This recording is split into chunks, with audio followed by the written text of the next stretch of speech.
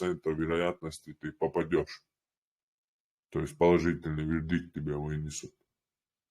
Там вообще отказов нету. Заявление написал, все, тебе кранты. Тебе надо огромные бабки там прокурору, адвокату, судье и всем платить. И не дай бог ты не заплатишь, даже невиновным будучи, ты попадешь.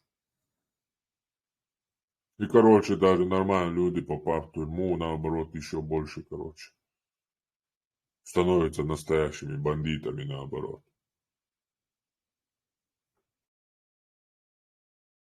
И у меня есть такой вопрос, Дэйв. После этого инцидента что-то там власть предпринимает, чтобы это больше не повторилось? Или как у вас там ситуация сейчас уже?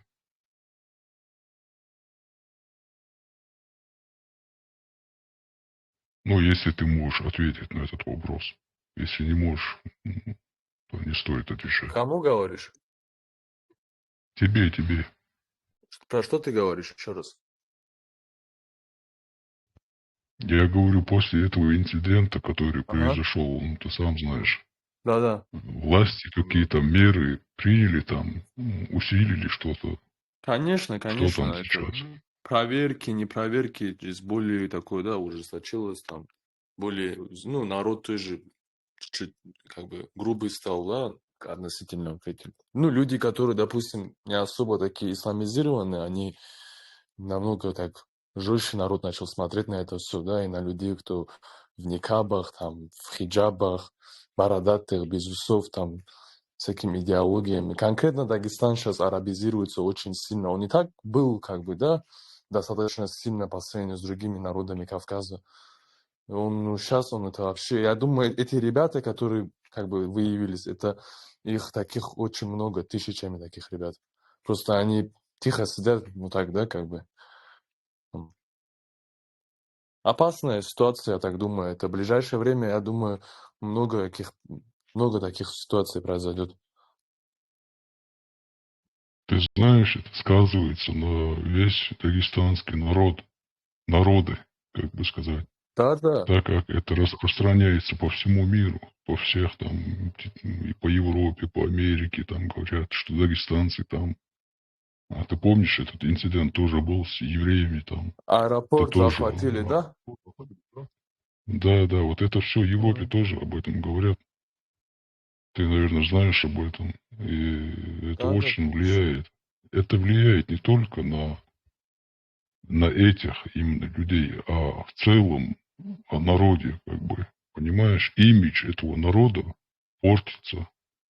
Подсознательно у человека уже Да-да. появляется ненависть. Потом дела какие-то иметь этими людьми никто не захочет. Подумают, они больные на голову, бля, это у них ничего здравого нету, они друг друга убивают, там, взрываются, я не знаю, стреляют.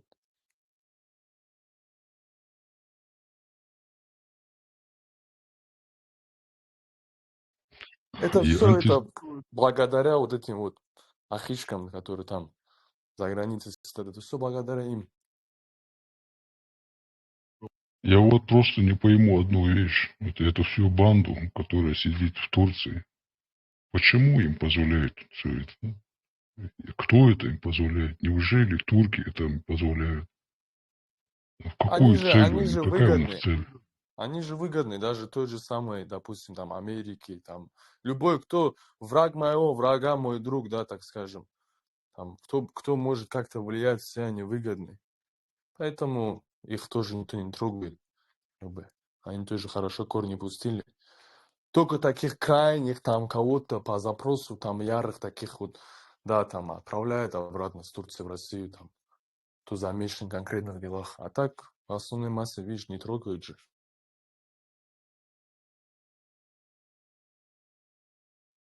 Ну, у этих людей, которые проповедуют, ты, не знаю, заметил, у них есть хорошее оборудование, есть хорошие студии, есть. Это Да-да, все деньги. деньги стоит, да. Это У них очень там, много денег стоит. вот этот Костя, он, допустим, чуть я больше денег отдал, там, Палестине пожертвовал, чем там духовное управление Дагестана, там, короче говоря, да. У них бабки там сотни тысяч долларов. Этот Состлинский сам говорит, что его там его как бы компания, там, да, вот это все, там, школы, там, миллионами долларов приносит. Он говорит, я обратно, говорит, то все раздаю, типа. Да, и мы им поверили.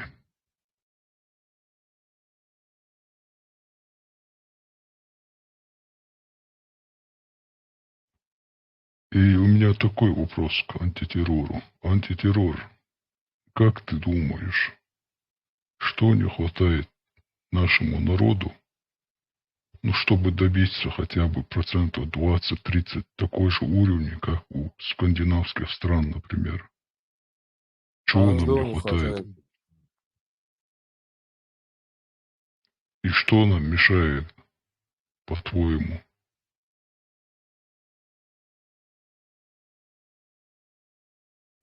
В скандинавских странах нам в первую очередь нужно время для этого, цель, мешает нам в первую очередь ислам, потому что если мы будем в исламе, об этом даже мечтать не надо. Это в ближайшие миллиардов 2 лет не случится, если мы будем в исламе. Второе, это, конечно же, оккупация Российской Федерации или Российской империи.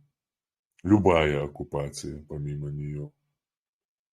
То есть свобода нам нужна, но прежде чем свобода, нам нужно сначала стать независимыми. Я имею в виду ментально, сами перед собой, осознанно. Вот мысленно взять на себя ношу независимости, учиться относиться к своей республике как к своему дому, как к своей комнате. Но прежде чем, наверное, у него в комнате, кто знает, у кого-то, наверное, срач какой-то. Если есть такой срач, надо его сначала из себя в комнате убрать, у себя в сердце убрать, в голове убрать, и постепенно выйти на государственный уровень.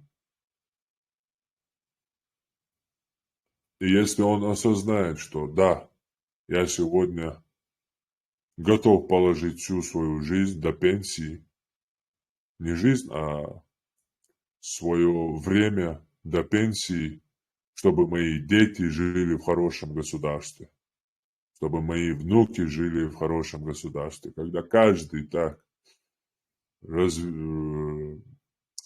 скажем так, станет развитым до государственного уровня, вот тогда уже нам нужна свобода.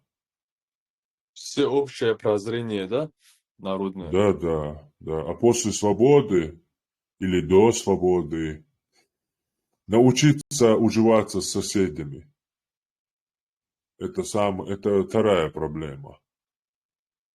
Даже, я думаю, страшнее оккупации. Если даже есть оккупация, а ты со своим соседом, если дружишь, то оккупация недолго стоит. Она как бы сама собой исчезает, когда вы едины, когда мы едины, когда у нас есть верный сосед и верный союзник, в лице которого мы можем в любое время видеть друга и союзника. Но хотя бы до этого перестать вот это перекладывание вины, всех бед, вспоминание всех этих наших прадедов, прабабушек, прабабушек, которые там что-то не поделили где-то, какая-то вражда у них была у какой-то семьи. То есть, если оно не в национальных интересах, а наоборот мешает национальным интересам и создает врагов, сеет семена вражды, из которого произрастают враги, то как бы свобода тоже недолго простоит. Для этого Заметьте, нужно... извиняюсь, Хармат, заметьте то, что вот в частности в Дагестане, на Кавказе не было такого, вот, чтобы явно выявить можно было, что вот два народа между собой массово убивали друг друга и там враждовали. Такого не было никогда. Что в Да, да, дагестанских племенах, что вот чеченцы, да. ингуши, дагестанцы вместе там, да, такого не было. Да, кровная месть, что-то там локальное, там с семьями между собой, может быть, Да, такое бывало. Ну, не в масштабном плане. да, да. Ну, чтобы быть свободным, чтобы быть независимым, надо быть сильным. Если у тебя нет силы, ты никто. Нужна в самую главную очередь сила. А сила по сравнению с Америкой, Россией, Ираном, Саудовской Аравией, Турцией, какая у нас сила? У них появился царек, который всех поставил на колени перед своей властью, что объединило тех. То есть все мы рабы. Они нашли общее друг с другом и стали каким-то осознавать себя единым народами. Но у нас как бы этот период мы перепрыгнули. Сегодня это не получится. И слава Богу, что среди нас, ну, может быть, я не знаю, было бы и хорошо, если бы в древности какой-то царь объединил всех кавказцев, сделал одну страну и одним народом. Может быть, это было бы и к лучшему. Но этого как бы не произошло. И у нас остается только как бы дипломатически просвещать друг друга. Вот там бывали у Советского Союза и Америки как бы прямые эфиры, типа они знакомились друг с другом, типа вражды, конец, там холодная война, все, короче, давайте теперь мир, дружба, жвачка, мы не враги и так далее. В общем, не таким образом, конечно, не самый удачный пример, но чтобы суть была понятна.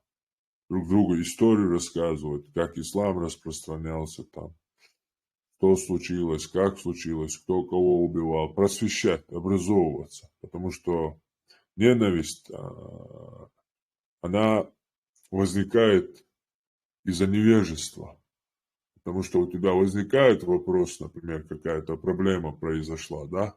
И ты не находишь ответов, почему эта проблема возникла. В силу своей ограниченности в доказательствах, фактах, знаниях, необразованности, ты это как бы, этот вопрос решаешь простым образом, там, перекладываешь на кого-то вину. Поэтому как бы надо с этим Примитивными работать. способами хочешь решить проблему. Да, да, самыми примитивными. Вон та пещера виновата, что в этой пещере случился пожар. Как бы это легко и просто и объяснимо, как бы на первый взгляд. Но оно деструктивно, потому что проблема не вкроется там. Проблема сразу превращается в невидимку и работает еще сильнее, развивается еще, потому что ты ее не видишь. Ты решил не увидеть ее. Ты отвлекся на другое. Ты ошибся. Не виноват он, а виновато вообще другое, которое продолжает. Нам совершили убийство, посадил невиновного. А преступник-то бегает еще дальше, убивает. Еще что-то там делает, в другую страну приезжает, еще что-то. Как бы. И это очень, ну, плохо. Это нехорошо. Поэтому надо искать главную проблему. Смотреть в корень. Изучать, не спешить с выводами. И аккуратно сработать с ненавистью. Потому что она затмевает разум. И отводит тебя от реальных проблем. Как бы и вот такое нам нужно, ну, в первую очередь, это самый главный, как бы, без этого ничего не будет абсолютно. Смотри, Хармат, вот эти примитивные есть общества, люди, да, что Дагестан, что Чечня, там, вот эти вот там, это герой, тот не герой, ты такой, ты сякой, вот эту всю ерунду убрать надо, мусорку просто. чтобы люди вот перестали из-за чанды, там, из-за куска земли, там, между собой спорить, ругаться, там, убивать, там, оскорблять. Все вот из-за этих вещей происходит, мне кажется, по большей части.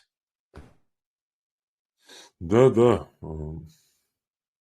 Это в любом случае, это уже, ну, смысла в этом абсолютно-то нету. Эти люди сделали то, что сделали, и ушли. И прикинь, сидят люди, как бы, сделали культы личности себе разные. И типа состязаются, о, мой был крутее. Тот говорит, не, мой был крутее, короче. Да. Так в чем смысл? Ты-то никто. Ты-то раб самый настоящий. Он, ладно, был героем. Он, ладно, был не героем. Они умерли, все. А ты-то кто? Ты есть там вообще? Вот должен быть главный вопрос. Задавать правильные вопросы, находить правильные ответы и двигаться дальше. У нас ничего не было. Мы только-только взрослеем. Мы не такие древние, у нас не было всего мира в руках, мы не были римлянами, мы не были там шумерами, мы не были там в долине Инда или Поднебесная Китай, империя, мы не были ими. У них это все было, это у них прошло, а мы только-только родились, мы становимся. И мы должны с правильным воспитанием повзрослеть, и все у нас будет просто в шоколаде. Главное, каждый от себя, начинать с себя и воспитывать себя.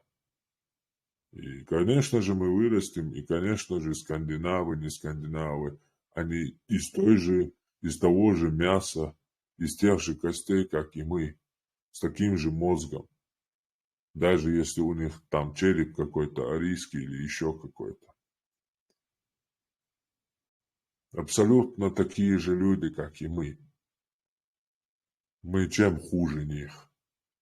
Ничем абсолютно, кроме нашей глупости и необразованности. Вся причина в необразованности. А все остальное это следствие.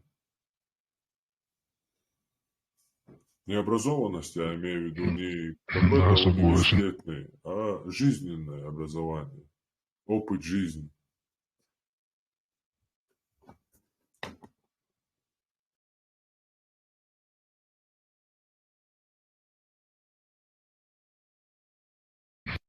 И если честно, мне печально об этом думать, смотря на сегодняшний день и видя, какая у нас, особенно молодежь, и навряд ли будущие 20-30 лет как минимум это сбудется.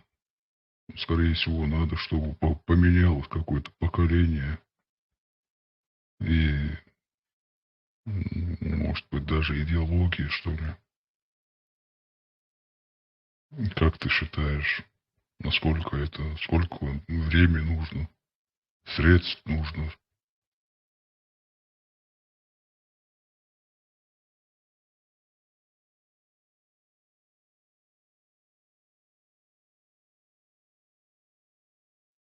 Я даже считаю, что даже соседи могут повлиять на соседа. Как бы сосед, если он меняется, то автоматом, как бы, как-никак сосед близкий, и он порой берет пример с этого соседа. Если тот живет хорошо, лучше него, то он, естественно, тоже желает жить таким же образом, как этот сосед. И, по сути, так и строилась Европа. Брать пример только Германию, сколько бед она принесла. Сегодня, смотри, есть Европейский Союз, нету никаких обид на Германию, которая убила за первую и вторую больше 80 миллионов человек. Ну, как ты сказал, надо забыть прошлое, обиды, прошлое там. Прошлое это прошлое. Надо создавать будущее. Я так считаю.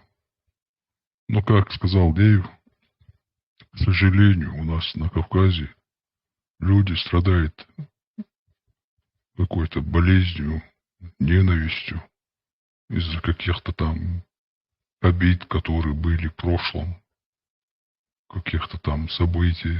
Я не знаю, может, это кто-то сталкивает нас специально, или в какой-то почве они это делают. Как ты сказал, то, Честно что сказать, было, это... у дагестанцев нету этого, чтобы какие-то обиды на чеченцев вообще нету. Это больше вопросы, как бы, у многих чеченцев, которые, допустим, там, ну, в таком формате, да, герой, не герой, вот это все, там, вы такие, сули, там, ну, вот это все, да, раздражают друг друга. И на фоне этого, как бы, люди, я думаю, презрительно друг друга относятся, думают, вот это такие вот гордые, там, такие вот, те гордые. И каждый из них вот так думает. Хотя разумные люди, взрослые люди, все, кто мозгами шевелит, понимают, это просто всего лишь парочку идиотов, которые там что-то возомнили. Как антитеррор сказал, ты-то сам ничего из себя не представляешь. Это-то люди, да, там имя оставили в истории, ушли там, кем бы они ни были. А ты-то сам никто. Что ты споришь об этом, ругаешься головой, бьешься об стенку, доказываешь что-то за каких-то чуваков, которые там пожили и умерли. Таких тысячи еще будет.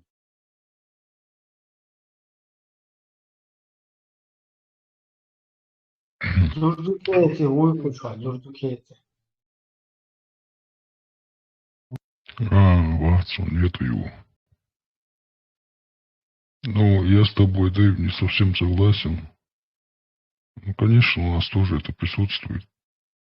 Но также есть, это есть у каждого народа из Кавказа.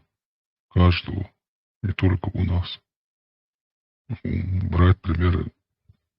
Ну, например, у нас тоже есть сейчас какие-то там недопонимания с ингушами, хотя мы один народ. Это все прекрасно понимают, что бы кто ни говорил. Мы один народ были и будем им.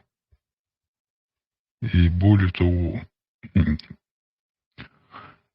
как-никак нам жить всем, даже с всеми русскими надо жить в соседстве, да, как бы.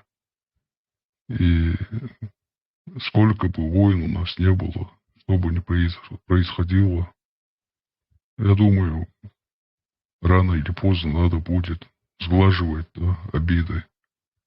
И, ну, как я взял пример Германию, вот сейчас, смотри, нету никакой ненависти нету. Я свободно могу поехать в Германию, куда угодно. Нет никакой ненависти. Между европейцами нету этого. То есть они переросли это, да, все. Пережили всю эту ахинею. А у нас это присутствует, к сожалению. И, ну, это опять же из-за малообразованности, из-за каких-то там исторических обид, которых там, опять же, заново нам преподносят, напоминают. Я бы предпочел жить для будущего, то есть для наших внуков, да, которые будут после нас, хотя бы ради них. Да, вот, допустим, последняя ситуация там вот, в Чечне, то, что была там, тоже многие говорят, вот, дагестанцы там, или там кто-то не помог нам, кто-то это. Хотя у нас сами же внутри Дагестана, это же у нас клановость, у нас разные национальности, даже внутри нации свои же, которые внутри грызутся, там вообще полный бардак, там каждый свою лямку тянет, там у вас Чечня один народ, как бы вы группируетесь между собой, объединяетесь сразу же, у вас с этим проблем нету. У нас в Дагестане чуть-чуть с этим сложно. Очень много разных национальностей, каждый свою лямку тащит там. Один становится во власть, там свою команду ставит, там другой становится, там другой кушает, короче. Вот такой бардак происходит. Тем более в те времена. Ну, там 90-е, 2000-е. Тем более в те времена. Там бардак был, просто люди разные. Коммунисты, там, ваххабиты, там, эти такие, бизнесмены, каждый, короче, там, со своими идеями, короче, да. И поэтому, как бы, вот такая разобщенность у людей. Одной мысли нету ни у кого.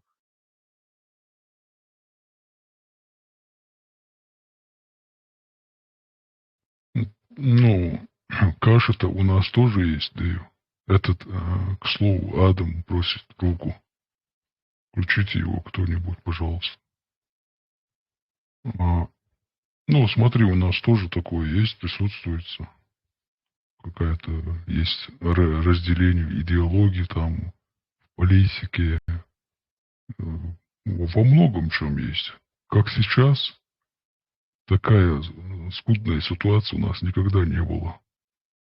Никогда, наверное, не было такая ситуация, как сейчас. И в связи с этим у меня порой, я не знаю, даже кажется, это очень маловероятным, что когда-нибудь мы станем таким же образованным, как эти те же скандинавские страны. Ну, я очень надеюсь на это. Особенно надеюсь на молодежь, чтобы они не стали на путь радикализма, стали на путь там, учебы, развивались, мыслили. Такая у меня надежда. Хотя бы увидеть перед смертью, чтобы хотя бы доля части этого было у нас.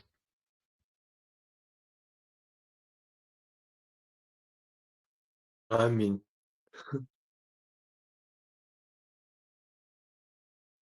Амон-Ра.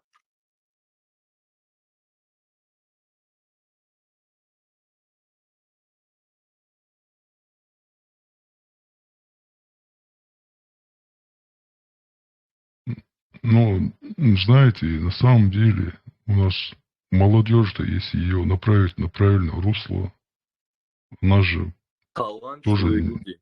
Талантливые люди у нас очень талантливые. да, очень талантливые. Я бы сказал, даже талантливые европейцев.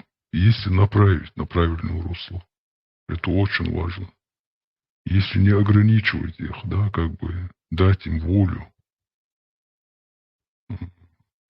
средства, знания, я больше чем уверен, что Кавказ в целом был бы очень образованным, продуктивным, талантливым во всех сферах этого слова. Порой такое впечатление, что будто нас специально в заложниках держат, чтобы мы не развивались. Или, не знаю, у нас такая... Не хотят сейчас молодежи развиваться даже. Допустим, в Европе, чтобы ты учился, даже платят тебе за учебу. То есть это не ты платишь за то, что учишься, а Европа тебе платит за то, что ты учишься. Как бы. И к той же самой там Саудовской Аравии. Многие не знают, дети этих шейхов, они же там не у шейхов учатся, они в Гарварда учатся, многих там престижных университетах учатся. И так по всей там Дубай, там Катар, Кувейт. Эти люди развиваются. Вот смотрите, что Саудовская Аравия сейчас делает.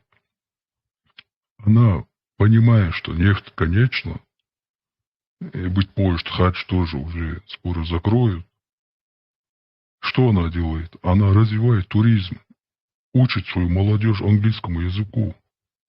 Во всех этих сферах они их учат, бизнесу. Много чем они там, в общем, делают, да, люди поумнели как бы.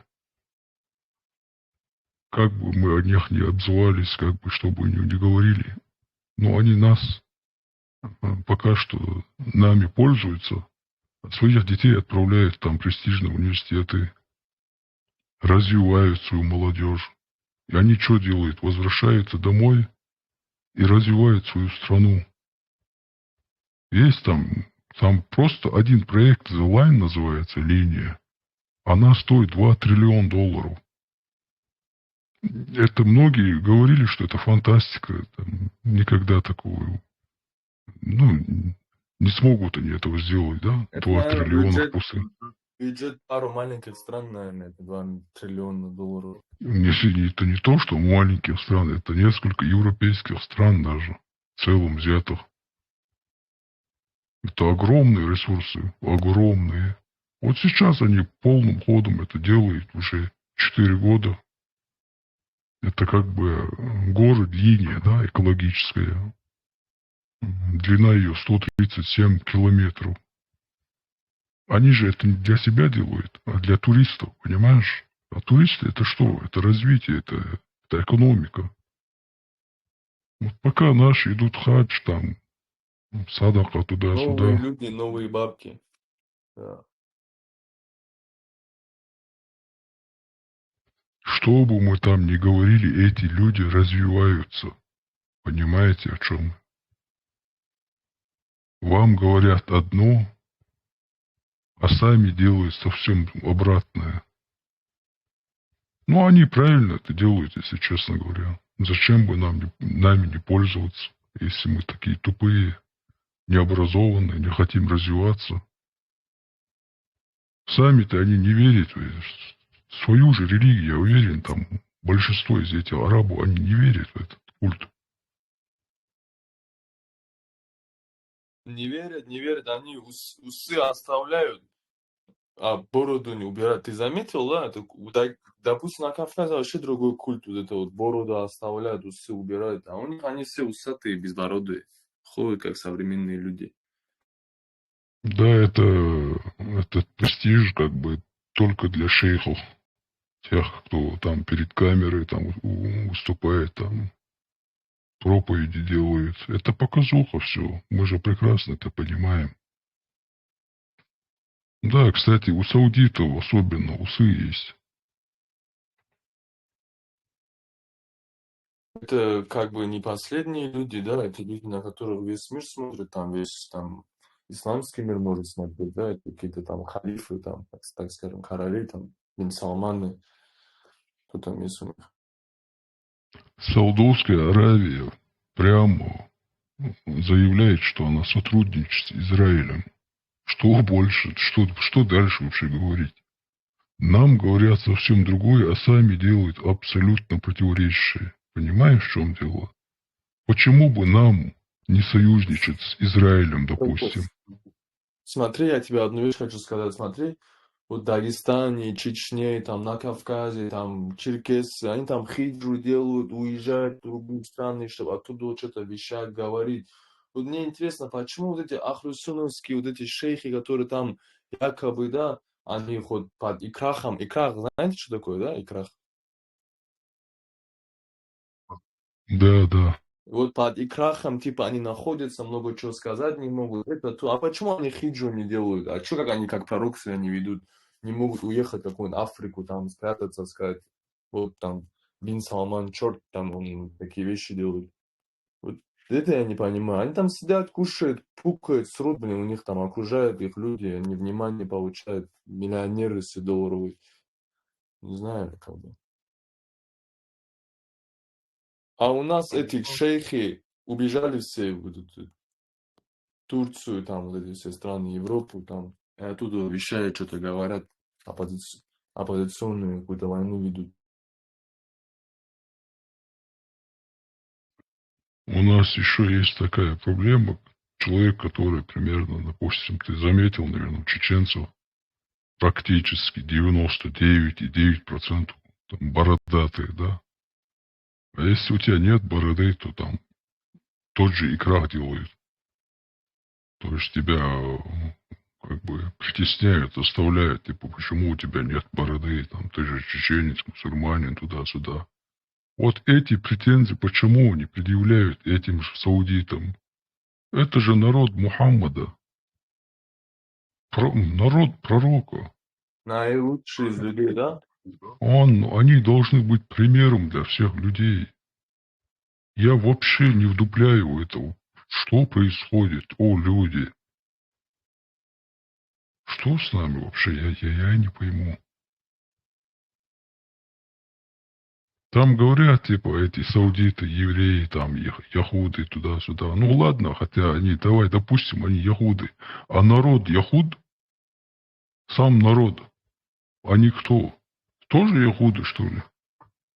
Что им мешает носить бороды? Сунну просто своего пророка, представляешь? Человека из своего народа, те же курайшиты, они же сейчас тоже есть.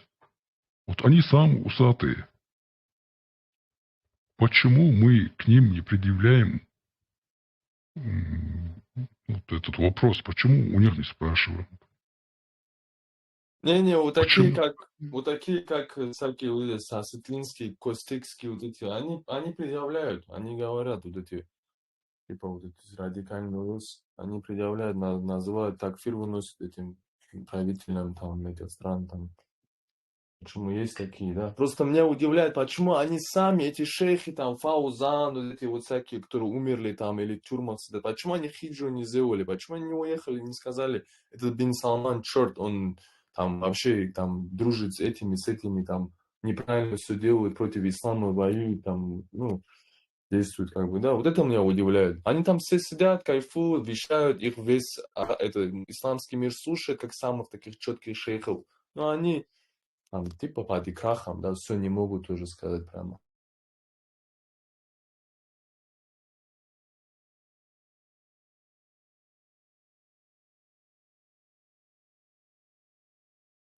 Какие-то там даргинцы, аварцы, там хиджу, там чеченцы, там кавказцы делают хиджу, могут там вещать, что-то говорить, там оставить свой дом, родину, да, а эти не могут, наилучшие из людей, от которых религия исходит. Ты заметил, куда хиджру делают? Самые кафирские страны делают хиджру. Да, да, где это ЛГБТ ходят. Там.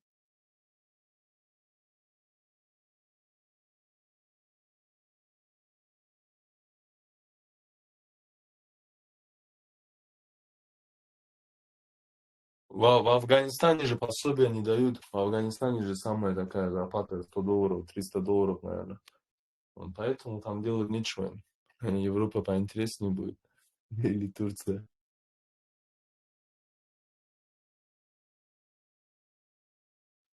Просто это, по мне, это самое настоящее лицемерие по отношению к Аллаху, например. Аллах же не просит нас сделать хиджру христианскую. К тому же, страну, где нету во власти Бога. В Европе же нету, власть же не держится там в религии, да, как бы. Здесь демократические страны. Нету Бога в политике. Бог это персональное каждого человека. И он не может впихивать его в политику. Просто мне самим этим людям от себя даже не воняет. Просто ты понимаешь, этот уровень лицемерия этих людей. Клянусь, я много думал об этом. И вообще, я просто не вдупляю, как так вообще. Но я знаю, почему они хиджу не делают мусульманские страны. Во-первых, их не примут. Во-вторых, там нету таких пособий, возможностей, да, как бы. Вот в чем дело. Дело в деньгах все. И не более. А не в религии.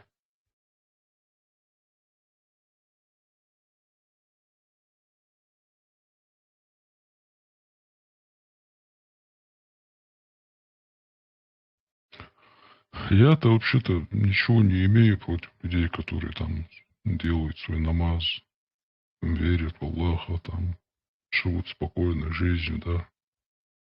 Никого не притесняют, никому ничего плохого не желают. Ну, как в исламе, у вас своя религия, у нас своя религия. То таким же образом эти люди должны понимать, что они должны дать выбор другому человеку тоже. Если этот человек хочет верить, то пусть верит, не хочет не верить. Оставь его в покое, не принуждай его, да, как бы. В этом беда во всем Кавказе. Принуждают людей. Особенно у нас очень жестко это осуждается.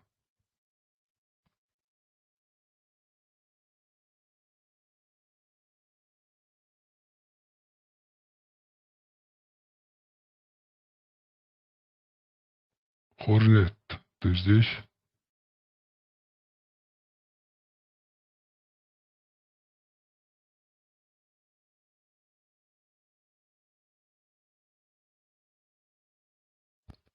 Все уснули, походу. Я слушаю. Как бы, да. Да, короче. Наверное, уснули.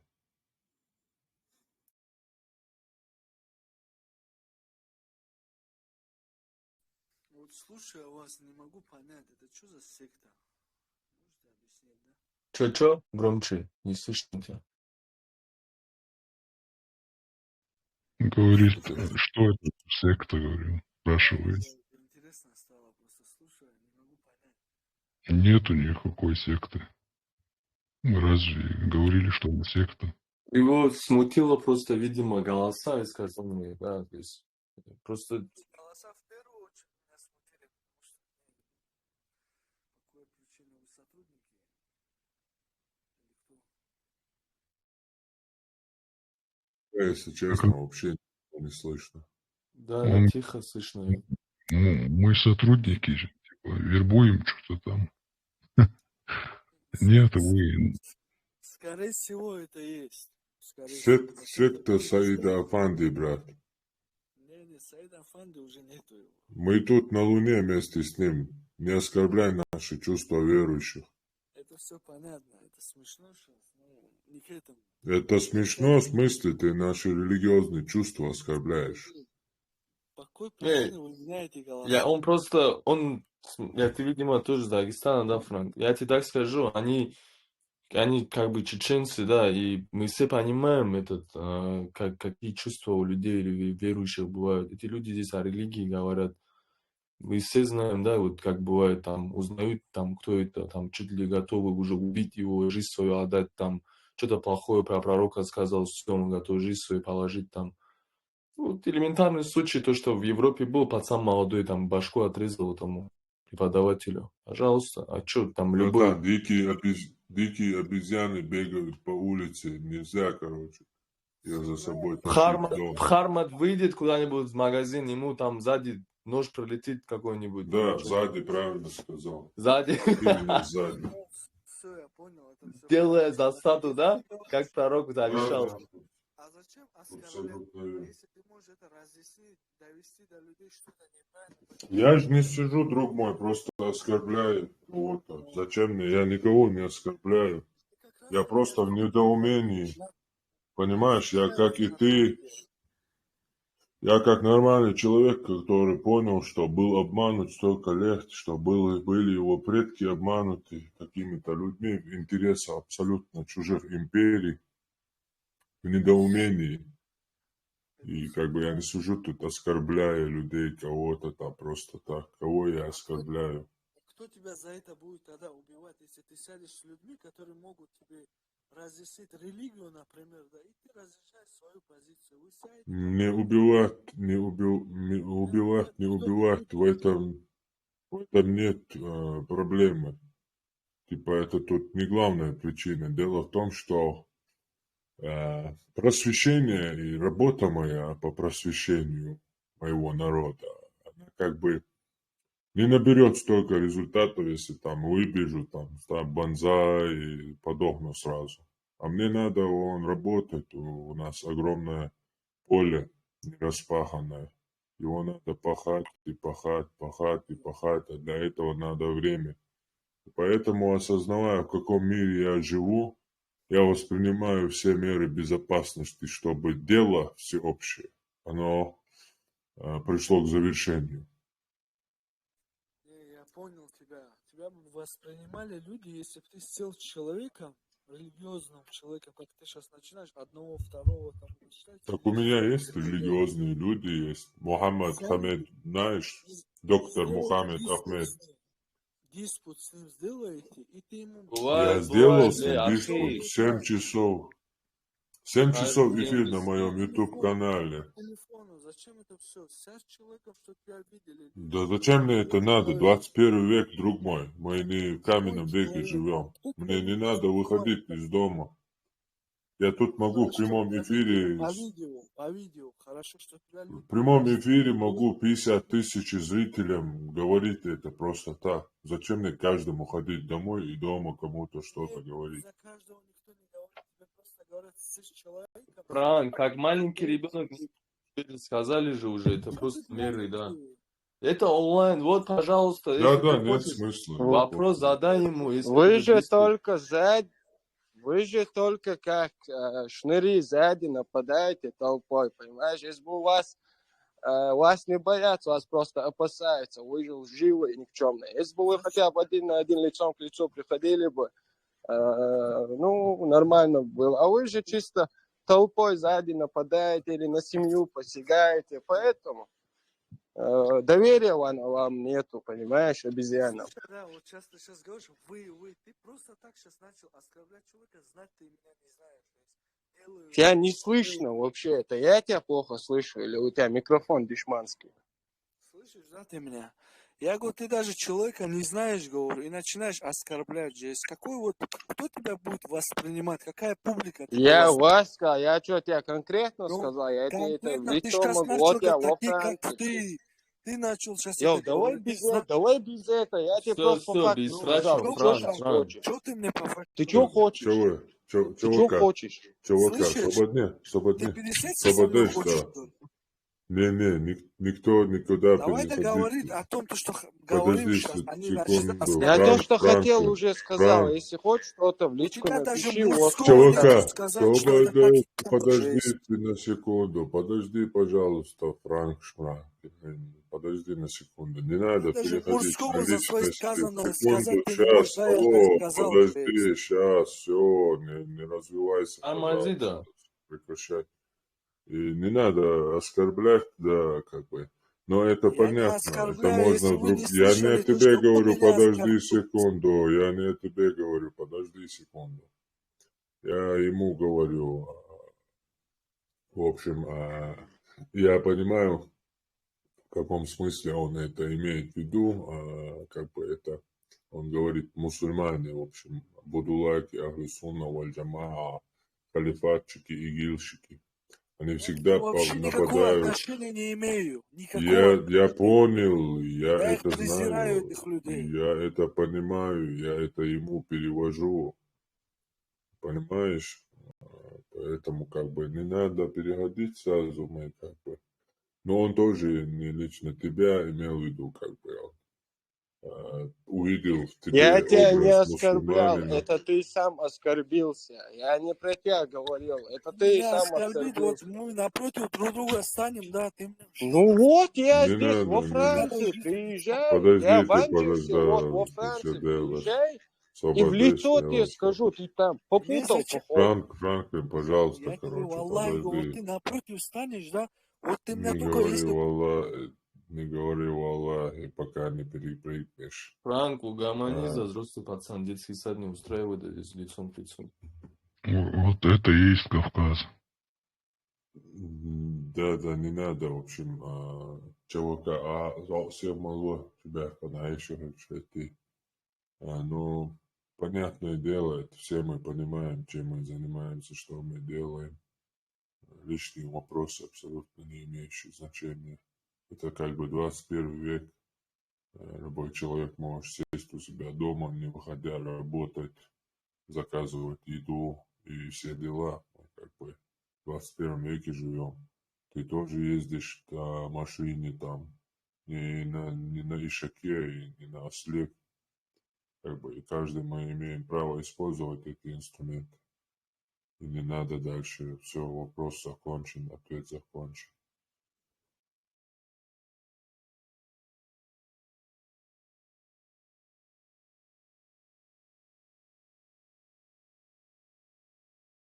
Armut, tăvăni, microfon, dar ele las jag. Tak då, Да. det var alltså on då jag kan vara så vad där kanske det så till och Да, шиходваш, да. Ну, хэст цакэш, да. Лиш хэшвар канама, да, Армат. контрол дверь. det var это бог. Jo, just det går då det чайна, alltså jo чамбайна уже момент, ja. Хорошо, слава, самое. Да. Армат, я хотел тебе сказать, ты мог бы ты же понимаешь, что такие люди, они чуть глупые, там чуть-чуть надо нисхождение им делать, да, объяснить им надо, они чуть, видишь, вспыльчивые, там Ну, сразу кричат, по-разному бывает, знаешь, да. по-разному бывает. Кто-то, когда ты с нисхождением относишься, сразу, ну, ноги на стол ложат. И как бы приходится им мысленно поругать их хотя бы. Ну, показать им, что это поведение некрасиво и неприемлемо. Каждый индивидуально, я, знаешь, с каждому индивидуально отношусь. И сразу как бы ни с кем как бы тут не сижу. Моя цель это прежде всего, как это называется, вызвать доверие у человека, чтобы он, потому что это огромный удар, холодный душ для человека. Его воспитывали на этом, его мир придуманный, его иллюзия, все, во что он верил, мы как бы без анестезии вырезаем это, потому что времени мало, очень мало времени. И тут надо Арман, было смотри, я... что я хотел тоже сказать, вот напомнить. Вот я когда начал осознавать эти вещи, на самом деле мне было плохо. Мне три дня, наверное, так я очень много думал, у меня настроения не было, я думал, что это все, вот, когда я открыл глаза. Но потом, как только эта таблетка, вот, так скажем, да, переварилась в твоей голове, ты по-другому начинаешь да, вообще. Да, я согласен. Поэтому как бы надо с каждым индивидуально работать. Бывает, иногда агенты заходят прямо с муфтията. Вот эти все непонятные откуда пришли какие-то вообще непонятные люди, как кого, никто, они на чеченском разговаривают вроде. И как бы вот приходят и просто-напросто сидят, ты им говоришь там белое, да, показываешь белое. А он сидит и говорит, знаешь, там, может быть, это белое, кажется, если ты там через микроскоп, телескоп там просмотришь через там лупу, то там ты увидишь какие-то чуть-чуть коричневые и черные пятна даже. Вот сидят такие люди, они все знают. Они полностью... Ты это проверяешь сразу там, наводящие 2-3 вопроса. Ты уже понимаешь, кто тебе зашел. Человек, который знает свою религию, зная, пропагандирует ее, чисто хлеб себе зарабатывая, сам не веря в это и являясь полным ничтожеством, которое, кстати, в конце каждый раз доказывает, что оно и есть ничтожество, и выбегает, покусившись на мать, отца и так далее, скатившись на это любимую тему, вот эти в трусы, ниже пупка все темы, короче. И как бы бывают некоторые вообще сразу со злостью, там, оскорблениями заходят, и ты понимаешь, что этот человек, ну, искренний человек, и как бы его за живое задело. И с таким человеком я вообще, он мою мать, отец, всех трогает, я вообще не обращаю на это внимания абсолютно. И чисто доводами пытаюсь зацепить его, пока он все не высказал, душу не излил и не выбежал, и убежал. Хочу какие-то семена сомнения его поскорее, даже он, если не слушает, просто кинуть эти семена. Пару фраз логически. Потому что как создал Бог наш разум, я примерно понимаю. Потому что я воспользовался этим даром Божьим. Потому что я понял, что это великая сила, дар Божий нам. Я понял, понимаю, как оно работает, как оно устроено. Ну, я имею в виду поверхностно, что надо. Обычного человека в мире акул, в джунглях. Как и любая обезьяна, скажем так. И как бы, зная все это, как работает, я пытаюсь положить туда какие-то порции, чтобы потом он как Семя. успокоится. Да, вспомнить, начнет задумываться и хотя бы спросит своего доверенного какого-то имама, есть ли такой аят или нет. Потому что тот вынужден будет ему сказать, что есть такой аят, и никакая там не проблема. Потому что этот брат-то его спросит так, например, правда ли, что есть в Коране вот такой-то аят? Он же не скажет ему, там человек сидит, говорит, что там пророк женился там на 9-летнего ребенка и переспал с ним, она играла в куклы, Это правда или нет? Он же не скажет ему. Он типа, показывая свою покорность, что в нем нет никакого сомнения, подготовиться. И вот так спросит, а то не заметит, почему он спросил. И скажет, да, спокойно. И вот так разные там бывают по психологии, что знаешь, жизненный опыт, да, не такой большой, но пожил я тоже чуть-чуть. И людей знаю, разных людей видел, огромное количество. Поэтому понимаю чуть-чуть людей. И к каждому индивидуально отношусь.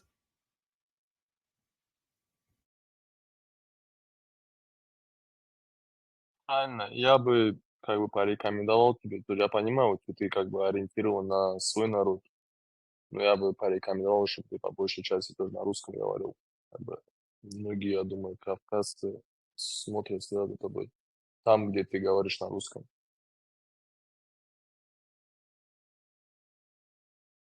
Да, это вот эта группа, я куда ссылку скину, это наш общий чисто чеченский канал. А у себя я тоже у меня в основном сейчас тоже русскоязычные, там уже кавказцы разные заходят и на русском вопросы задают, и в основном на русском проходят эфиры тоже в последнее время. А тут, ребята сделали, скажем так, исключение, когда попросили. Так, чеченская чистая группа национальная, наша общая даже, скажем так.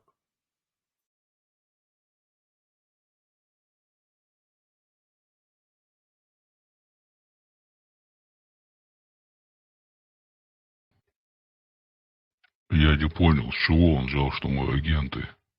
Из-за того, что тут голоса поменяли, что ли? Просто Человек, против ислама. Да. Кафиры же работают против ислама, весь мир там получился против ислама, вон да. В Вестминском дворце приглашают имамов Англии, там Англия уже Исламабад превратилась, вот настолько их, там. а почему не работают против буддистов, против христиан? Почему против них не работает? Не дай бог, а то если начнут против буддистов Англии еще и буддистские храмы столько же построить, там столько же буддистов в мэры городов там по всей Англии. Боже упаси. Не начинайте, англичане, пожалуйста, войну против буддистов. Антитеррор, я имею в виду, если против какой-то идеологии работает, значит, на то есть причина, понимаешь? Понял, Да это в том-то и дело, что не работает. Это огромная проблема сейчас в мире, что так запустили ислам. Это же, посмотри, где ислам. Это полностью безжизненная земля, полностью анархическая. Там люди с трупами сношаются. Ты представь, если это распространится по всему миру, во что эта земля превратится? Ты подумай сам, если земля попадет в руки мусульман, во что превратится вся эта планета? Полный срач. Полный срач. Если вы думаете, там, Саудовская Аравия, посмотрели там что-то, какие-то дома, там, здания, какой-то Дубай, так там весь обслуживающий персонал, они не мусульмане. Там все бизнесмены, все вот эти архитекторы, там ни одного мусульманина нету. Не, ну так они же не мусульмане, по мнению Ахлю Сунна валь Джамаа. И Они же еще, да, кафиры. вот это, ну, они, когда вот им полезно, они сразу их делают мусульманами. А ты посмотри, Дубай какой развитый.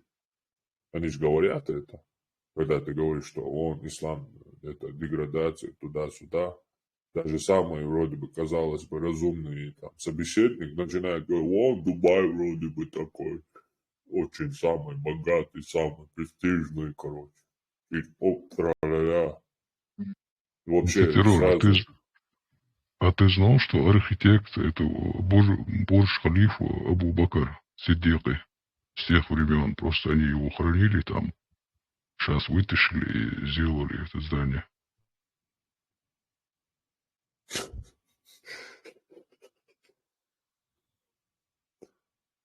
Абу Бакр. Смотрите, а вот там есть, короче, вот в Мекке, там есть участки, где там типа здесь Хадиджа жила, прям в центре города, там они там прям огородили это место, там ничего нету, там просто плитка стоит.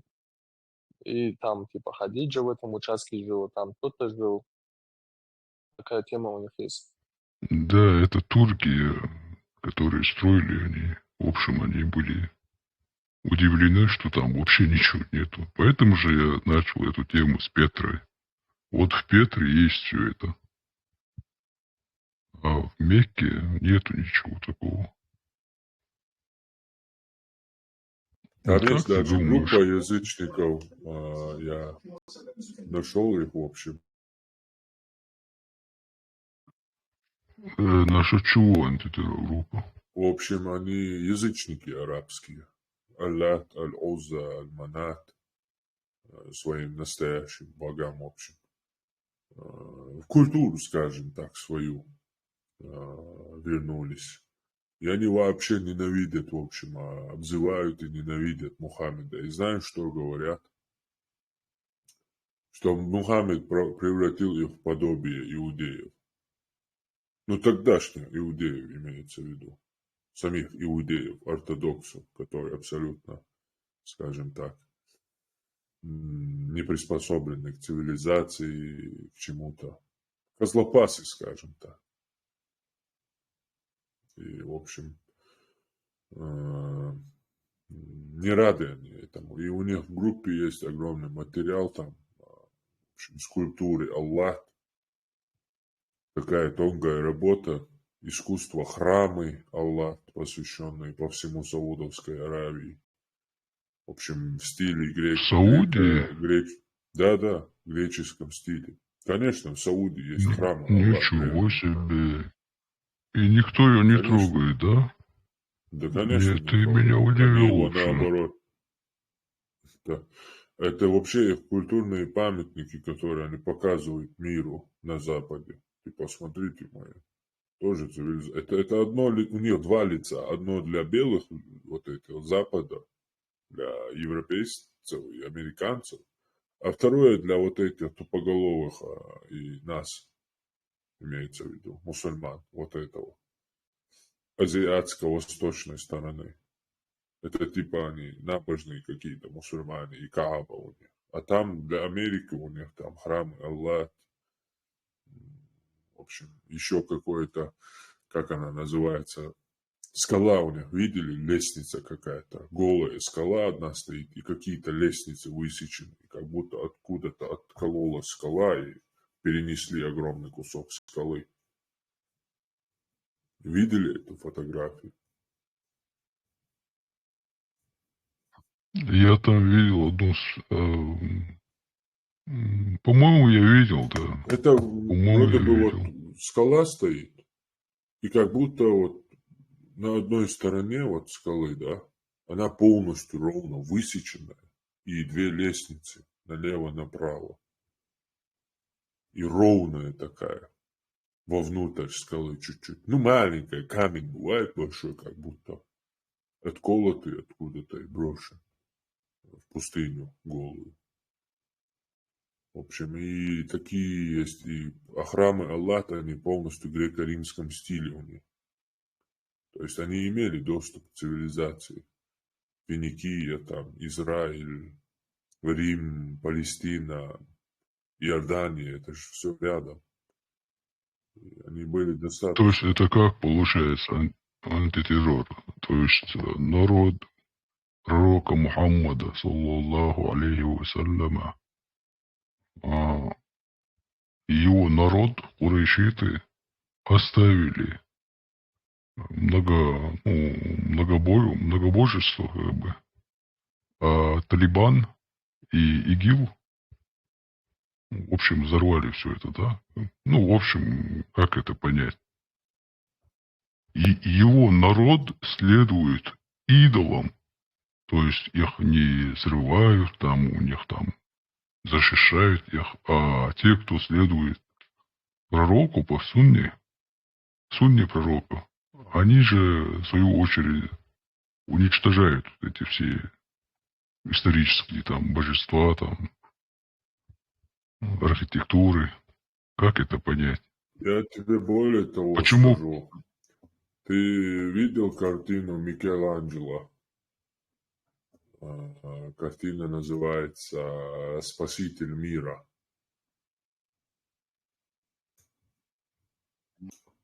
Нет, сейчас, подожди, спаситель мира. Я тебе...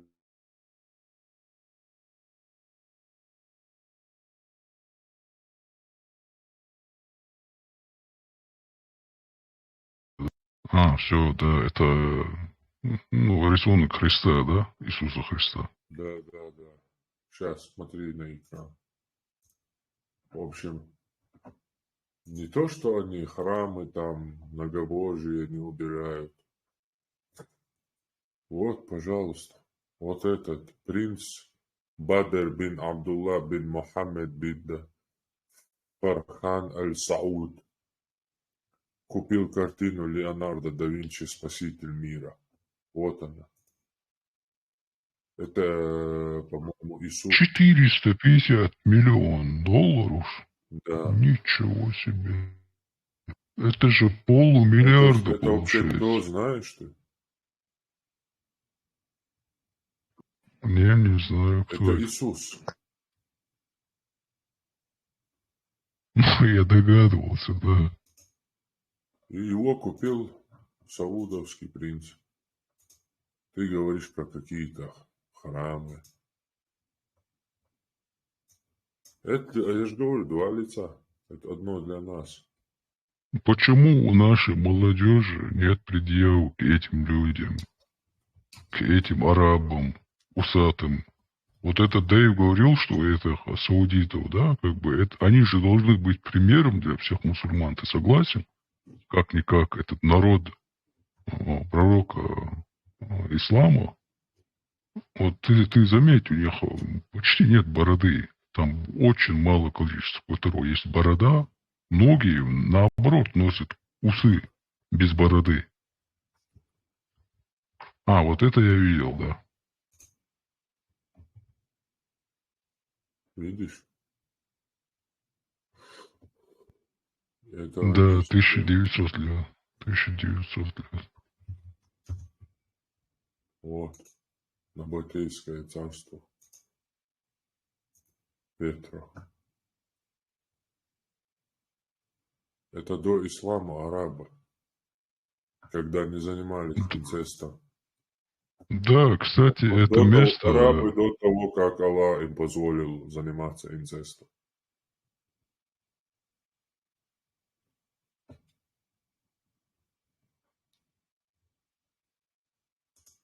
Вот так вот. Сейчас посмотрим храм Аллаха.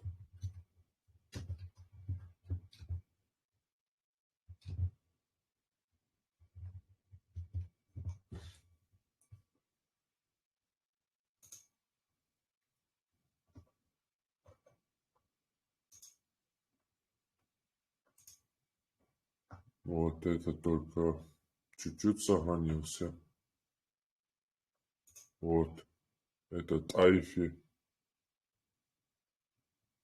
Это лев, Аллах символизирующий. Это где сейчас? Это Таиф. Саудовская Аравия. Вот Аллах, ты видишь, вот тут.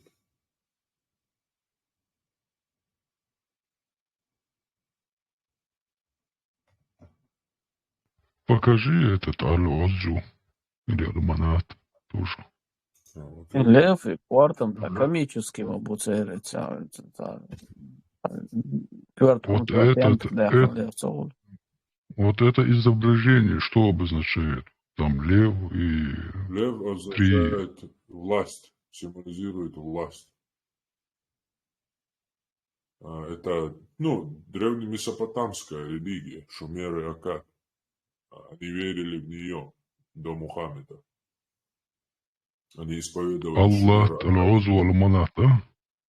Да, Аллах это как бы отождествляется с Иштар шумерской. Как бы они, имена изменились, но вера одна почти.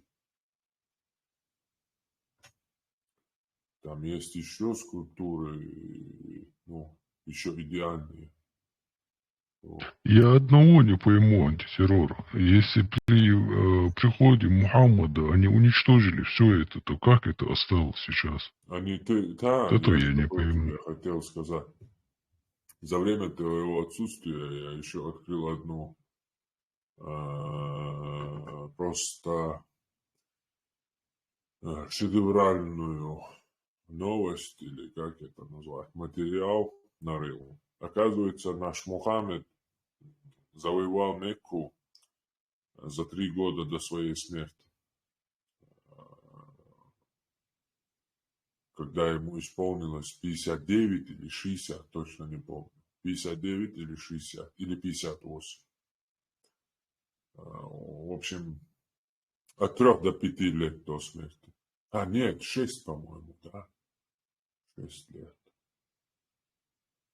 В общем, уже, когда он умирал, недолго ему осталось, даже сейчас давайте напомнить. Напишу, когда Мухаммед завоевал Мекку. — 630 год. Это 3 года до его смерти. А теперь внимание. Ты знаешь, что он до завоевания Мекки совершал хадж?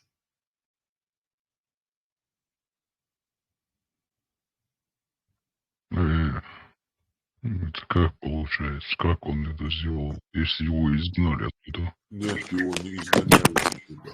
Он сам ушел оттуда. Он, будучи в Медине, совершал хадж, его еще окружали. Помнишь это все?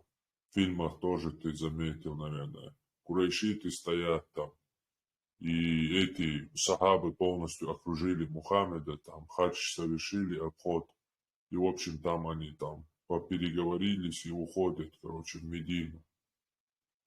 Не помнишь этот момент? Да.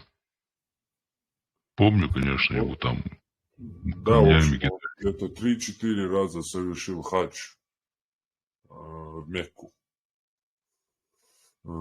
Типа у них какой-то союз он заключил с многобожниками, курайшитами, что типа я могу совершить хадж, никого ваших не убью.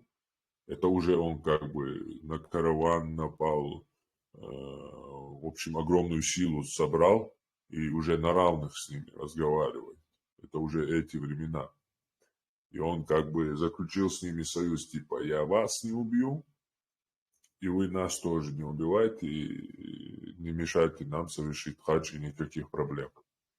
Это он у вас своя религия, у нас своя религия, да? Типа того. И тем самым он делал шоу. Мекканцам он показывал шоу, там они, толпа идет, кружится, все окружили Мухаммеда, как будто на него кто-то нападет.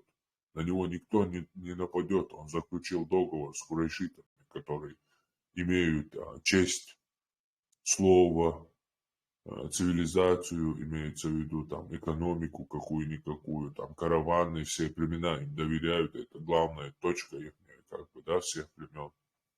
доверия они заслуживающие люди, как бы. А этот сам идет в какой-то пещере, там ему какой-то голос слышится, что ему можно клятву нарушить, что ему можно там ночью закинуться и вообще разрубить человека, в общем, непонятный чувак. Если тут есть кто-то достойный недоверия или недостойный доверия, то это только Мухаммед. В общем, мы читали эти хадисы, последние там два эфира еще раньше, ну, не последние два эфира, а еще раньше, которые два эфира, две части. Мухаммед воин и типа того, две части. Мы читали все эти хадисы. Тоже очень интересный материал себе получишь. Просто открыли книгу джихада и книгу военных походов Сахиха Бухари и читали прямо просто как есть. И, в общем, он сделал договор с ними, и те разрешили ему на сколько-то дней совершить хадж и оставаться в Мекке, а когда время закончится, он должен уходить. И вот таким образом он совершает хадж, спит у какой-то там бабули, время его уже закончилось, не уходит. Ну, наглец был он, страшный наглец был, провокатор и наглец. Уже время его закончилось, а этот не уходит. Те приходят и говорят: иди отсюда, вот твое время закончилось. Этот встает и хорошо, ухожу, все. И уходит.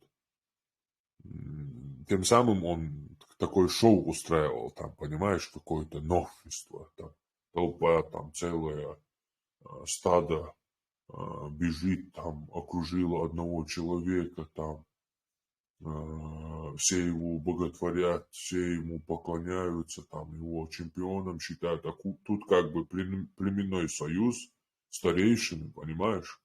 Демократия, культа личности нету, богов вот этих из людей, царьков нету.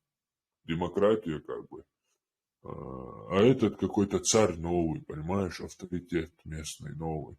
И бегают вокруг Каабы. Потом какие-то молитвы, поклонения, какие-то руки к небесам. Все это лицемерие устраивает, понимаешь, шоу. И тем самым люди начинают задавать вопросы: кто это? Что это у них? Типа, понимаешь, чисто для этого, политики. В общем, делает он несколько раз хадж до завоевания Мекки.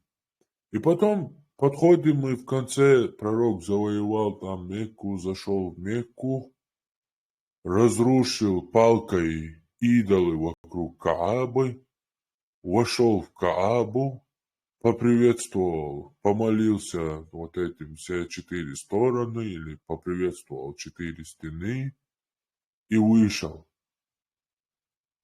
Опа! И тут мы открыли, что Мухаммед совершал хадж, обход вокруг Каабы, когда по их версии там стоит 360 идолов.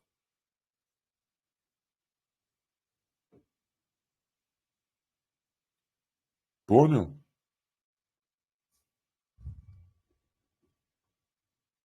Но это же противоречит его Не учению понял. полностью.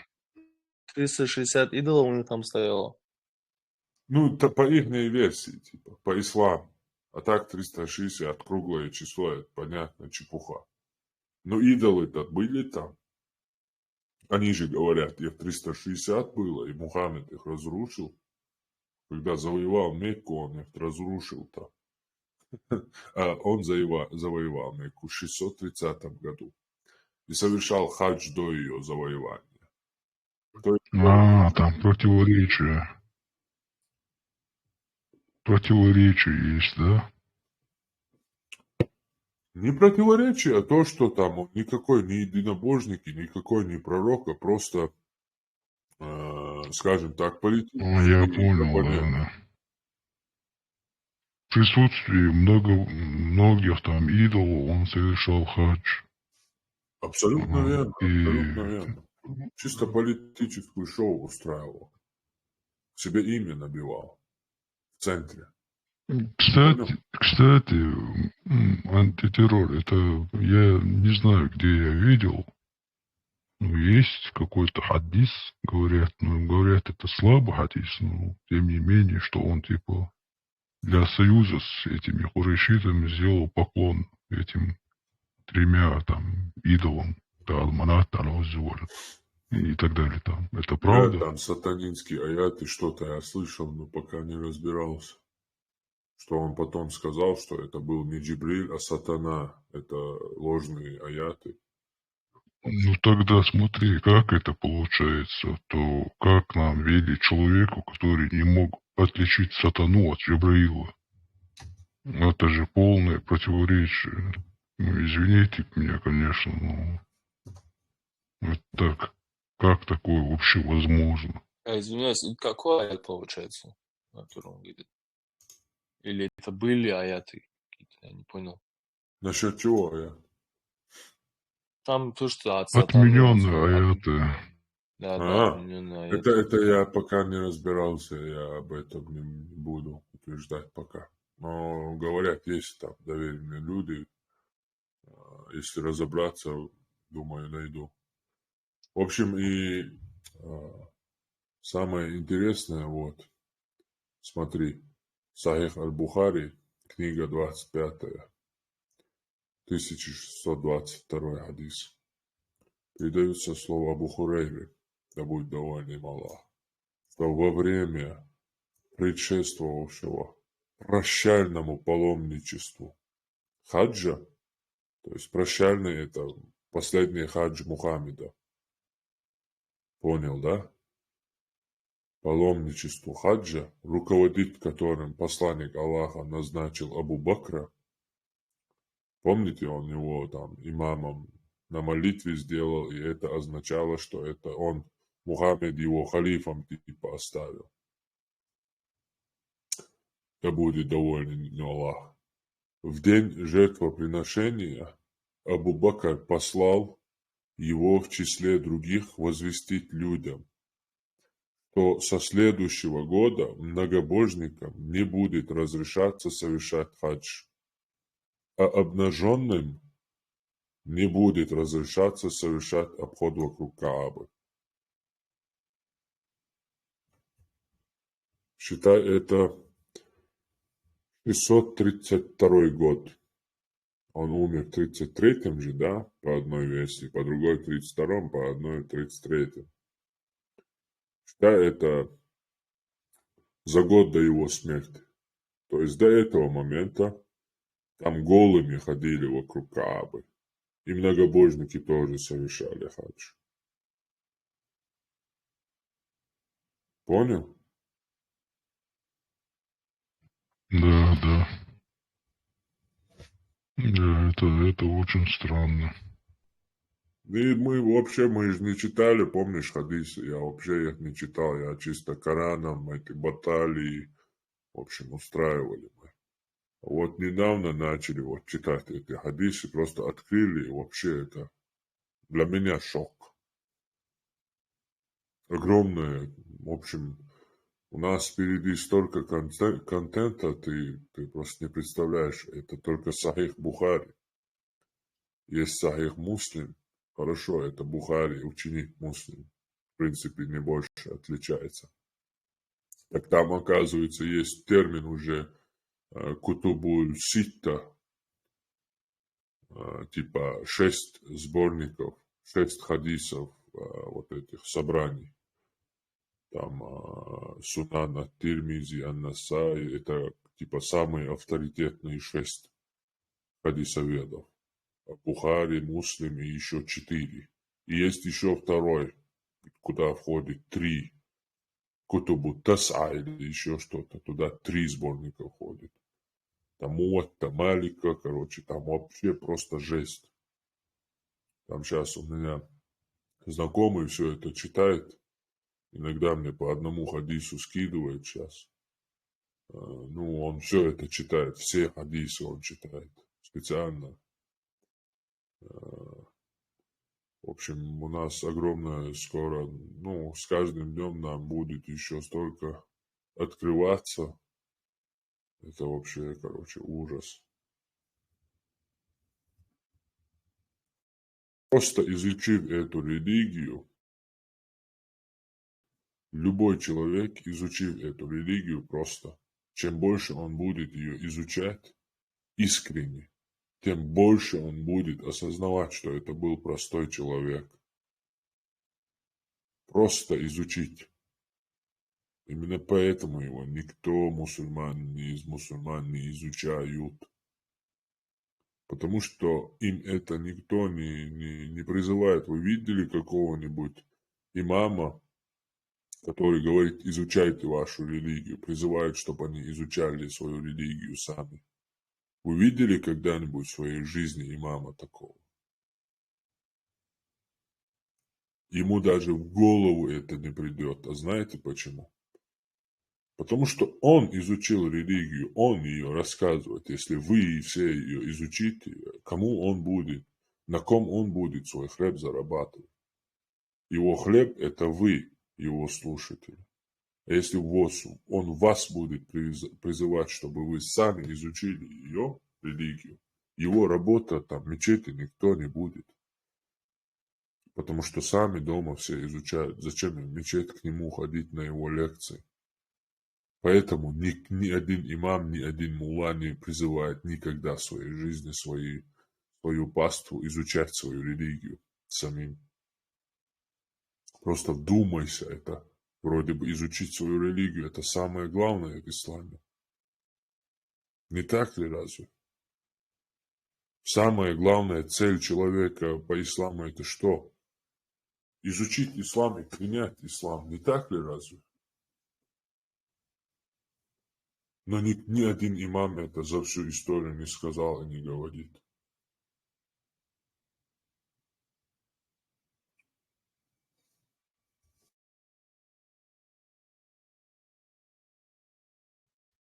Антитеррор. Здесь есть вопрос. Один спрашивает, там, чтобы ты разобрал один вопрос. Ну, он пишет, в Коране написано, что трон Аллаха над морем и трон Иблиса тоже над водой. Или под водой. Вот как ты это... В Коране сказано Боба Алия. Да. Я тоже это где-то читал, что трон Аллаха над водой. И что насчет трона Иблиса, я, по-моему, хадис читал, что он под водой, если не ошибаюсь. Ага, посмотри, что-то это.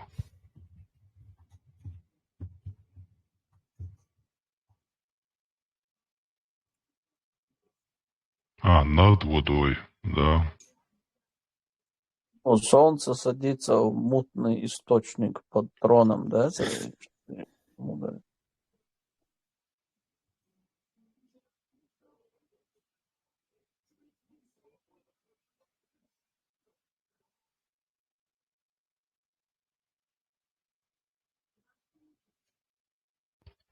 Есть, по-моему, у меня один, когда я в одного... Вот. Джарир. Это сильсиля аль-хадис ас-сахиха. Илон, Садик Илон, трюклон. Ctrl-F Ctrl-F-Tile. Там у тебя появляется окно справа. Там ты пишешь ключевое слово, примерно, трон и азинцик. Я понял. В общем, Иблис установил свой трон над водой, где-то в море, а затем стал посылать свое войско. И самые приближенные из его войска к нему, сеющие наибольшую смуту. Приходит кто-то из них и говорит: я сделал то-то и то-то. Иблис отвечает: ты ничего не сделал. Затем приходит другой и говорит: я не оставил человека до тех пор, пока не разлучил его с женой. Тогда Иблис приближает его к себе и говорит: как ты прекрасен. А Амаш сказал: я думаю, что он еще сказал, что Иблис его обнимает. Да, над водой Иблис и троною. Аллах и тронет над водой. Над водой, да. А это уже, по-моему, сказано в Коране. Специально. Да.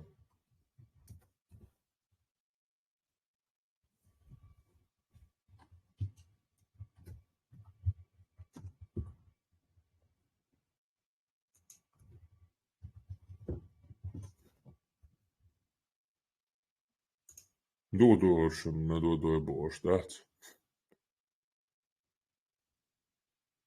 Viņš uz morja kurs mālēts, хочу был дашь салдыш, мусульман Аллах вышел. Ох, вышло. Сообщается, что Абдулла ибн Амр ибн Аль-Ас сказал: я слышал, как посланник Аллаха говорил: Аллах записал судьбы всего сотворенного за 50 тысяч лет до того, как он создал небеса и землю. Потом сказал: и тогда трон его был над водой. Ну, пока его трон находился над водой.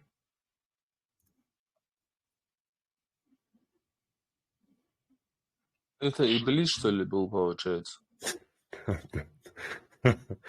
Ты весьма догадливый. Ты знаешь, один мне что сказал? Ну, суть того, что трон Аллаха над водой, это говорит о том, что Аллах создал все сущее, типа все ну, из воды, да, как бы, и он над своим творением. Так он мне объяснил это. Господи. Тогда таким же образом же получается, что Иблис тоже над людьми, нет? Да, Как это да, понять? да.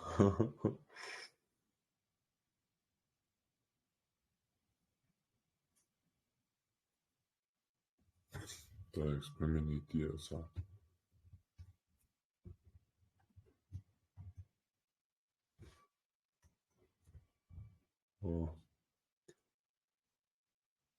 Сообщается, Имран ибн Хусейн: однажды я зашел к пророку, привязал свою верблюдицу у двери, и в это время к нему пришли люди из племени Бану Тамим, которым он сказал: «О, Бану Тамим, примите благую весть». Они дважды сказали: «Ты уже порадовал нас, а теперь дай нам что-нибудь». А потом к нему зашли люди из числа жителей Йемена, и они сказали: «О, йеменцы, примите радостную весть вы, ибо люди из племени Бану Тамим отвергли ее». И они сказали: «Мы уже приняли ее, о посланник Аллаха». После чего они сказали: «Мы прибыли к тебе спросить об этом деле». Тогда пророк сказал: «Сначала был только Аллах, и больше и не было ничего, кроме Него. И трон Его был над водой. И записал Он в книге все, и создал небеса и землю». А потом какой-то человек закричал: «О, Ибн Аль-Хусейн, убежала твоя верблюдица». И я бросился за ней, но не увидел ее из-за марева, и клянусь Аллахом, лучше бы я оставил ее. Сахих Аль-Бухари, 3191 хадис. Аль-Бухари это, да? Да.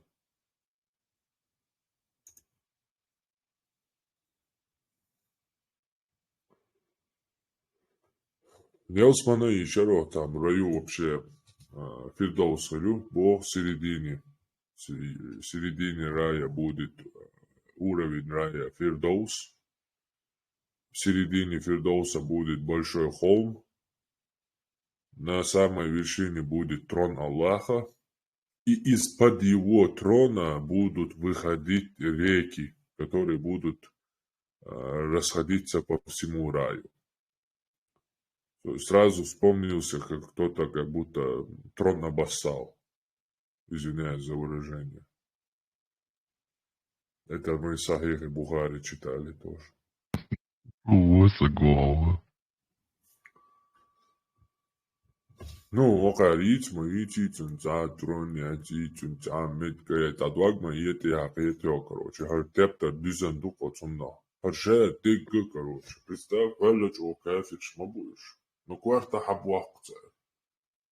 Петё, вообще, сахам, Ну, мабуешь, ты مثلا не знаю. شايو بريد чувеч тагик да за обяснить то урто да харик бред дак цао хонзо метия да сама моментин за sein hodina вицвел дир со юадаг де сон sein doch тетрадь яц ди кручка яц по темам да так с предопределение идти что знаешь да отметки аж шадол хадис туй да ясуш сразу иса камой энзен от мерюят да хадиш я чистом зада Делавор, حلقة دين غير دم بچه ايش غير скорее всего это журнал гордостен шеет а yok аса замет кшил Мечту, шекен пош аш формулсын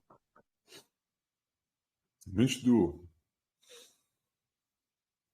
Инздирам дуаси. Обязательно хока. Ты Сразу знаешь, как мне просто рассказывали антитеррор? Я прекрасно помню, там наши старшие мне рассказывали, что, ну, Аллаха нету ничего, там, никакой трон, там, никакой ноги, руки, Это там. все метафора, да? Да, ну, это учение суфийства, как бы, да? У них же нету у Аллаха ни места, нету ни... Но это полностью противоречит, то есть у меня есть спор насчет этого. Ну, они типа Ахлю Сунна говорят, что в таком случае вы вообще говорите, что Аллаха нет. Но я больше склоняюсь к суфистам в этом вопросе, а, потому что, ну, как сказать, что достичь Бога, и как мы можем достичь, понять Бога, если мы не можем понять бесконечность? То есть, например, ту же Вселенную, да, бесконечную, например.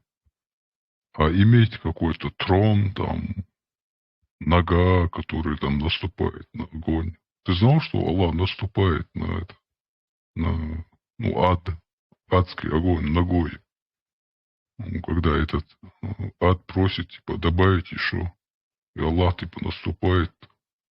Ну, для меня это вообще непонятно, если честно говоря. Это вообще из какой-то дурной фантазии человека.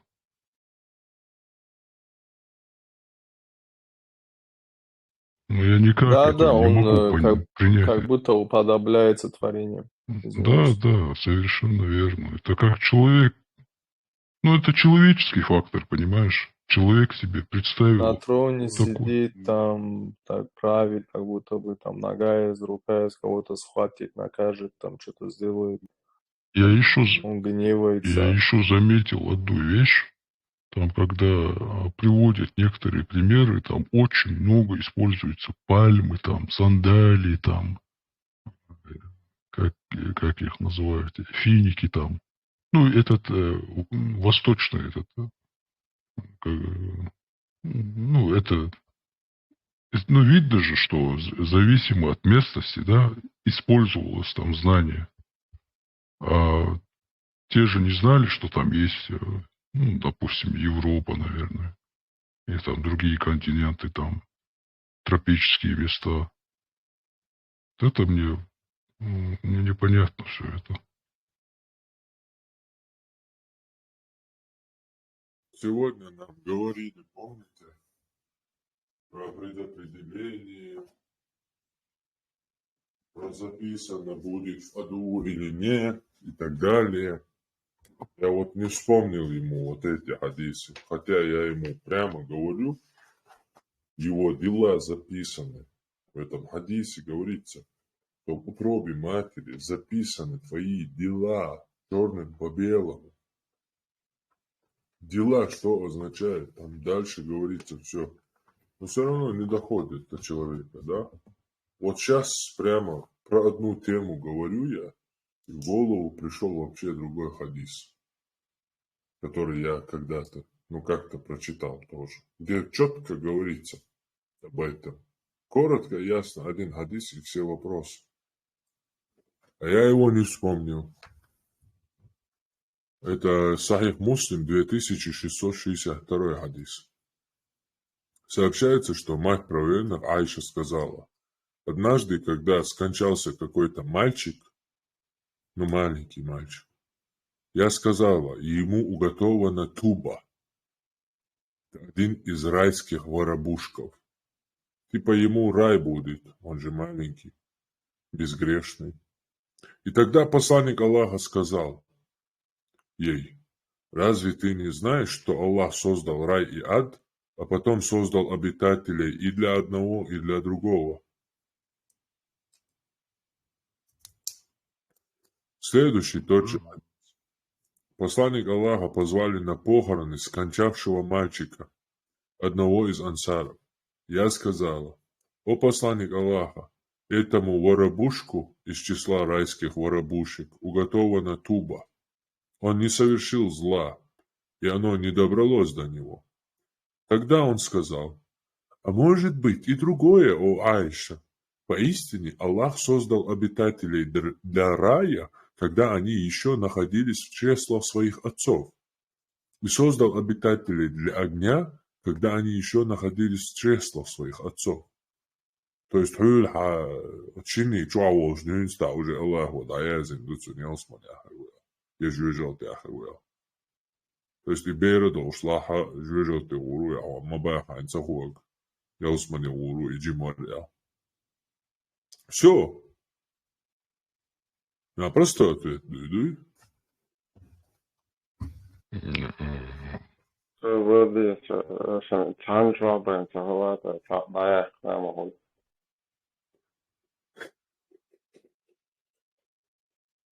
Арабаль вялищий кефирский хатор стоит. То есть ребенок может попасть в ад, да? Вот, муслиму Бог, сахих хадисе. Ну, то это же в других, там в другом рассказе, это же противоречит антитеррор самому этому рассказу. Сам себе это противоречит. Почему? Ну, там был один хадис, где говорится, что дети, которые умирают, они попадают как бы в рай, а здесь говорится вообще, что они могут попасть в ад. То есть Аллах может их... Просто я не видел, что он попадает в рай хадисе, я не видел такого. Я сегодня даже вот эту книгу саму Кадар прочитай, предопределение Сахих Муслим, также в Бухари тоже есть книга о Кадар, предопределение. Там везде говорится, там ребенок умер, там каждой матке Аллах представил ангела, и когда вот эта мать, отец начинают дело, и, заканчивают дело, ангел кричит, о Господь, сперма. И 40 дней, потом через 40 дней говорит, о Господь, сгусток крови, о Господь, кусочек плоти. И тогда приходит, и тогда вот этот ангел, Аллах приказывает ему записать его 4 вещи, его дела, его участь, удел, его срок, и будет он счастливым или нет. Как бы вот все в этом роде.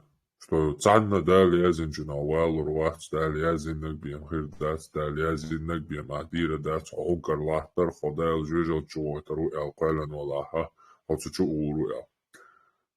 Это решение вопроса, возникшего мутазилита в Доме мудрости в Бадре, которая довела ислам до абсурда. Они тем самым этими хадисами решили все эти вопросы. Вот что-то собрали хадисы и сказали, вот тут есть четкие ответы. Все. Остальные кафиры. Не брали их на работу. Халиф устроил специальные вот эти экзамены каждому имаму на его акиду, проверку, чистоту акиды. И уничтожили всех, кто имел другое мнение. Все, это концепция ислама. Нету в исламе никакой свободы воли. Это мистики, суфии, какие-то шарлатаны, на христианстве основанное, суфизм тюрками.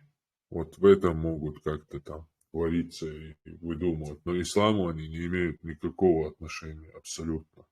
И они это прекрасно сами знают.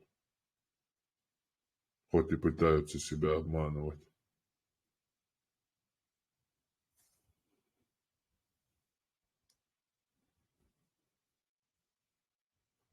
Я, может быть, и есть, я просто не встречал пока.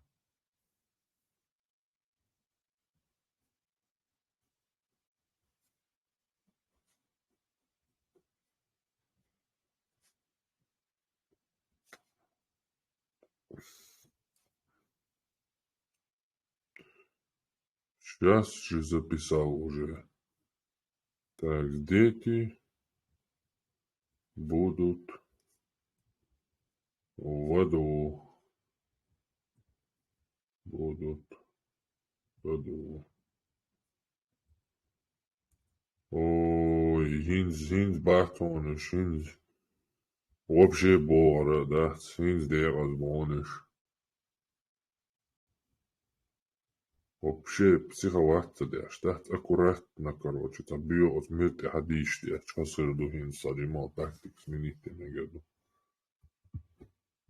Soba dialogu stāsts. Tādieši dialogu stāsts. Aldā kalboks, tu? Tādieši. Tādieši jau. Palīdzot, par galkšu очень liela дела. Он память он короче, действительно. 100% уверен, Орса на каждую тему, короче, от папки Вайлен. Домой волеления, тем, да, ну, компьютер, десктоп, я рабочий стол, да, и файл хайвели, короче, да, чур на каждую тему аргумент предъявить умеешь. Кажется, что на памяти было. Хонна, это вообще хадиш, даже Деша, Мадацер, вообще не читал никогда. Антитеррор хазишает. Хазон. Да, И уже было контент стайлиш, делаешь, что. да, скататься ложь. Уже, да? Уахарен, палма, уже контент маяцкий. Я вот тогда я начал недавно петь вопрос, что ты, отец, Армахазунду, а ну-ка давай мы все в эфире будем вместе все это читать, да. И штауры, рухсаш, дешь.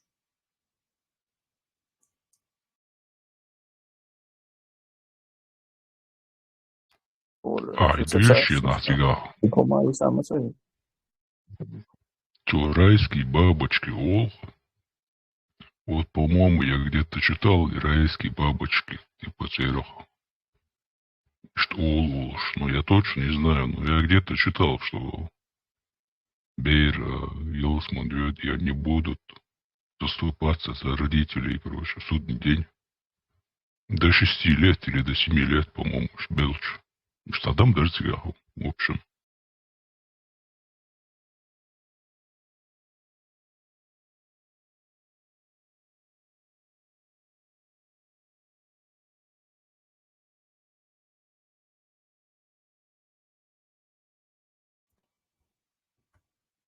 Сахих Муслим, это Бухурейры, посланник Аллаха, сказал, любого из мусульман, у которого умрут 3 детей, огонь коснется только во исполнении клятвы.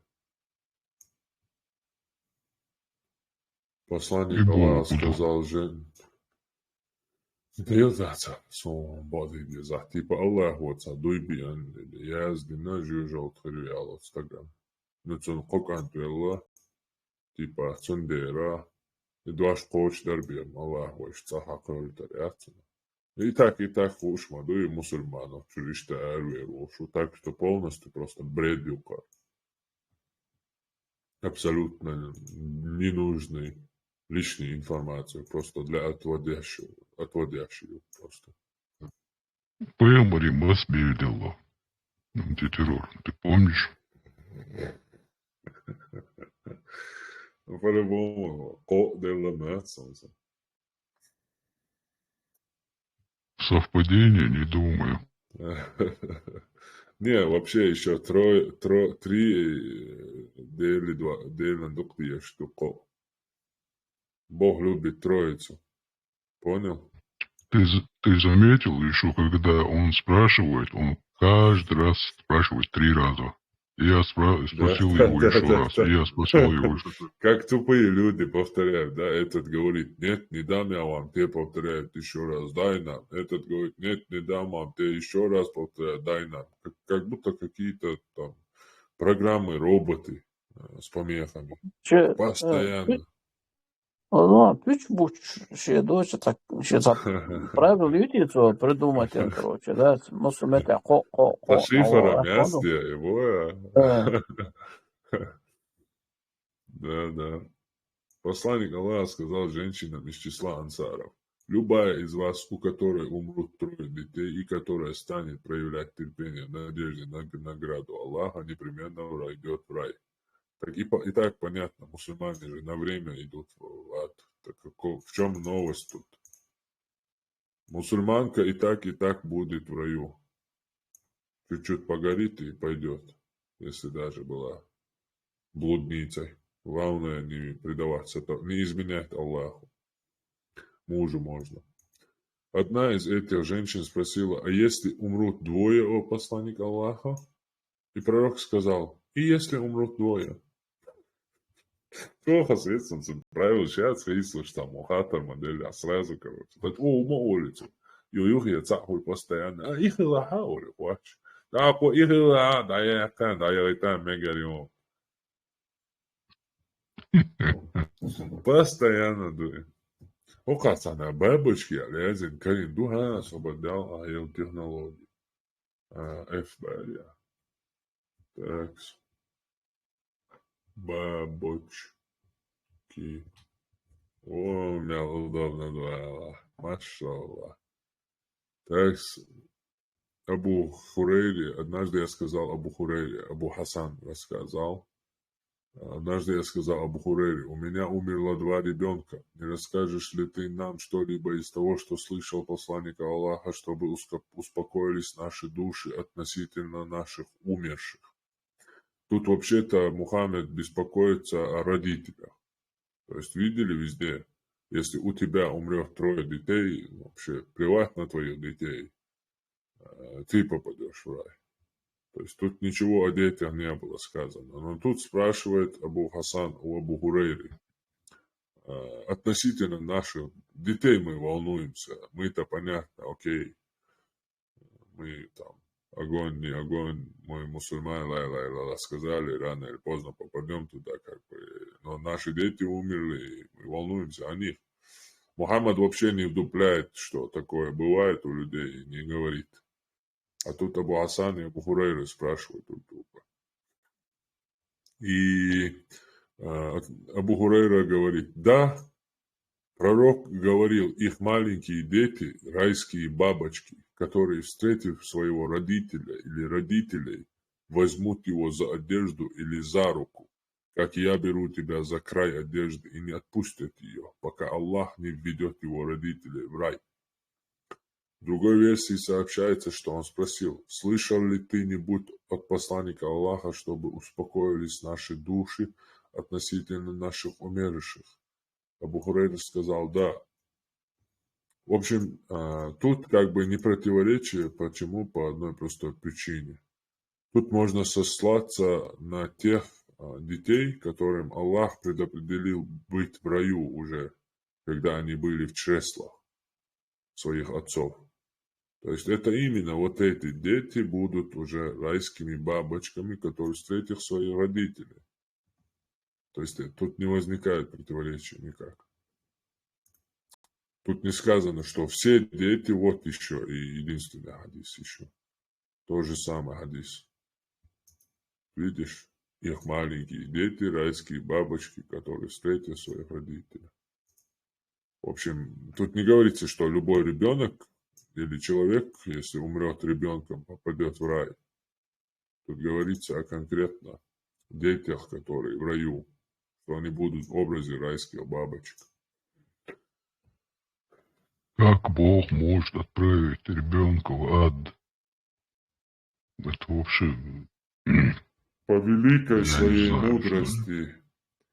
Вспомни, как Аллах рассказывает в Коране про великого там пророка, человека, который убил ребенка сделал дыру в корабле и еще какую-то гадость, а потом этот мальчик начал спрашивать у него: ты, я думал, хороший чувак, как бы, что это? И тот рассказал: этот маленький ребенок, которого я убил, он очень плохо относился к родителям, или если он повзрослел бы, он убил бы своих родителей, поэтому я как бы убил его ребенка и предотвратил зло. Как бы в зародыши будем расстреливать, уничтожать. Да, как бы и духу зады ответил. И по великой своей Вахим мудрости, Талати. по великой своей мудрости Аллах знал, что этот ребенок, когда вырастет, он и так убивал бы людей, там, был бы плохим человеком, и как бы все, никаких проблем. Это Аллах убил этого ребенка. Это из Нет, истории Моисея, по-моему, когда он там с мудрецом да, встретился. что-то там было, да, типа они оправдывают убийство детей Мухаммед же. Он там дырку в корабле заделал, там что-то еще дальше, убил кого-то, там 3 вещи он сделал, и Муса не понимал, что он делает. Да, Потом такая мудрость Но говорит. это разве не приписывают убийство на Бога? Как бы, я не знаю, я это, Ну, это никак чисто я... они, как бы, Мухаммед же в Сахихе Бухари, в Сахихе Муслима, он нападал ночью, понимаешь, и школьницей, в общем, размазывал людей. И как бы ночью умирали люди, дети, женщины. И в лоб он уже в Ухуде один раз совершил ошибку, вообще вступив в бой с кем-то открытый. И после этого он взял урок и никогда больше после этого в лобовую не сталкивался ни с кем. А По-моему, нападал на спящих. зубы потерял или зуб потерял. В Ухуде 2 зуба резца передних. 2 зуба. Да, и там Абу Суфьян с Ухуд ланте халавел. Бисанчак, Махташин, Юка, Мухаммад, 10 тысяч вас, Мухаммед, не говорите, не отвечайте ему, Бож, Ольшиловой кант. Ши асхаб шпац бисанбо. Абу Суфьян, Маал Шадину, Хуз Хайтану, Шоз Хайтану, Уишин Юка, Мухаммад, Дин висница висан хаждат, да биту. Абу Маал Штункума Бож, Цалитан Шадину. Омар Сюкри Кантак. Да, Акринс Алан Цитбук, Ацаквасельтан Цига Уква. Это день за день Бадра. А война переменчивая, Лаонваш. Типа уж уже Мухаммад Вина, все проблемы, бандит, главный, уничтожен, караваны больше грабить не будут, да и черт с ним. Пусть бегают, как бегали дикие бедуины по пустыне и все. Дальше догадабан еще этот оказался намного хитрый и бесчестный. Тот как бы Абу Суфьян его оценивал чуть лучше, чем он есть, поэтому как бы остался он живой. Что ловца не халак.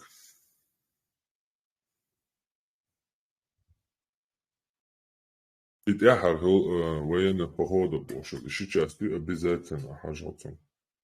Я очень интересный материал его. Или есть книга Бухари, книга джихада и военных походов, и Сахих Муслим чура, Бухари чура. Или тут я, Аллах, ладу. Я и кран, я халайвах, что же.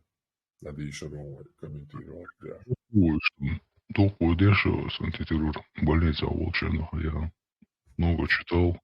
И, да, цацлишь вообще даже хуже того, что мы читали здесь. Некоторые я вообще удивлялся, что сколько бы я ни пытался это принять, я реально думал, что я в чем-то ошибаюсь, в чем-то неправ. Знаешь, я себе сделал такую концепцию, что изначально Бог был один, и люди со времени, как бывает у многобожников, есть же Верховный Бог. Я себе говорил, что изначально Бог был один, и люди, сами создали других божеств. И постепенно, может, это правда. Таким образом, хотел понять, что к чему. Ну, вся концепция ислама рушится именно там, где есть те вещи, которых я, как человек, моральный человек, да, то есть я вообще абсолютно не против ни мусульман, никого это не говорю. Просто для меня есть вещи, которые я не могу принять, понимаете? Это не то, что я не могу принять. Это не может быть от Бога. Это нереально. Такой Бог, но я не знаю, такого Бога я принять не могу. Мой Бог, он не такой, как бы, он не исходит, из него не исходят такие вещи. И более того, приписывают к Богу такие аморальные вещи, которые я читал. Ну, вы уже извините меня, я совсем не могу. Сундер, я себе сделал вывод, что так и так я верю в Бога. Так что самое главное, это, наверное, мне быть человеком, Адам Алла Йолш, Нохча Алла Йолш, иметь свои принципы жизни, мораль и все остальное, я думаю, это человеческий фактор уже. Таким хухума девянохса, одним словом.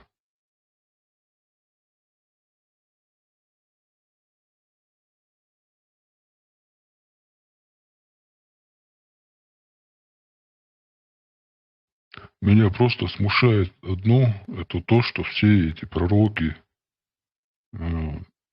все эти авраамические пророки, которых мы знаем, да, а других мы как бы не знаем. И почему мы их не знаем, я не знаю. Почему надо было их скрыть, если можно было о них тоже рассказывать.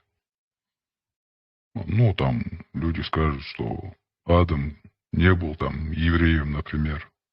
Но ведь он написан в еврейских источниках. Так, соответственно, его написали евреи. Правильно?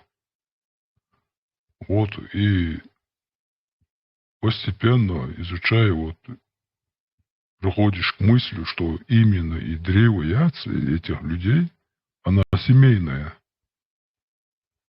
Чей-то брат там, чей-то сын, пророк, и другой там, например, как звали этого, Харун, по-моему, звали, да, брата Мусы.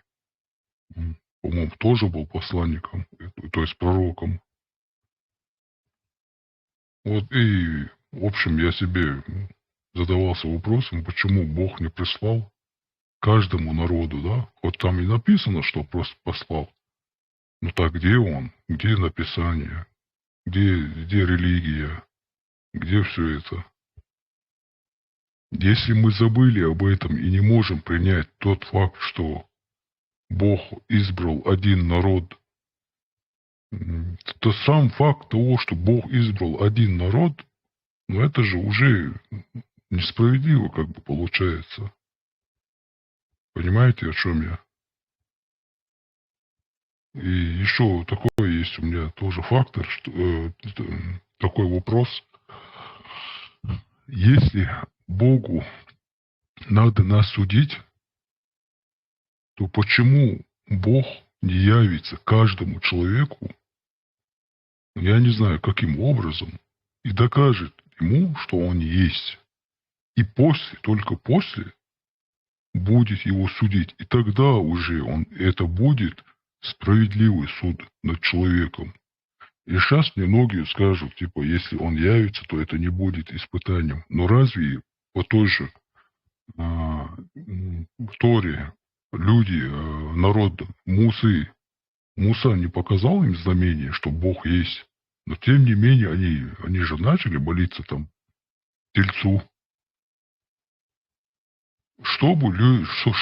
Как бы Бог себя не явил человечеству, люди всегда будут отворачиваться от Бога, будут те, кто будут верны Богу, и те, кто отворачиваются.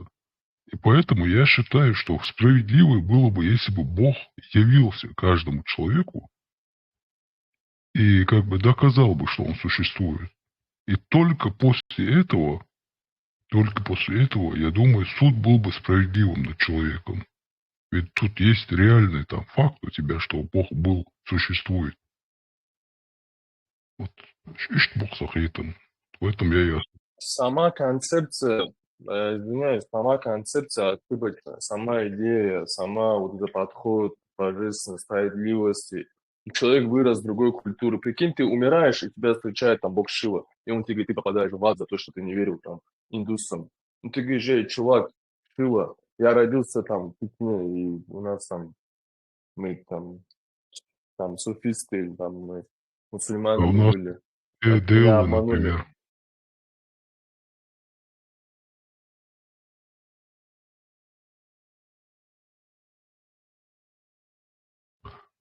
Ну вот видишь, Да-да-да. ты говоришь, ну их сколько, ты знаешь, сколько религий в мире? Вообще представление Слышал, имеешь? 4-5 тысяч, да, наверное, там, 10 тысяч. 4500 религий. Ты представляешь себе? 4500 религий. И узнай, какая из них верная, да? Правильная. Ну, тебе жизни хватит, чтобы всех их изучать. Поэтому что это говорит? Это говорит о том, что люди создали религию, а не Бог создал религию. Бог-то он есть. Каждый человек, я думаю, в своей душе он допускает, что есть что-то после смерти. Я не думаю, что хоть одна душа как бы верит, что он после смерти ничего нету. То есть ты закрыл глаза и все. Как-никак материя, она же не исчезает, она же остается. Поэтому такая каша у меня вот в голове сейчас. Но в любом случае, этот, как сказать, это его путь Мухаммада, то, что он делал, как он это делал, каким образом он это делал. Не намеренно даже тебя наталкивать на мысль, что ну, там что-то явно не так, понимаешь? Да, чуть не забыл. Антитеррор, я хотел тебе задать вопрос. Другие пророки, к ним откровение явилось сразу или со временем, как Мухаммаду? Ты знаешь об этом?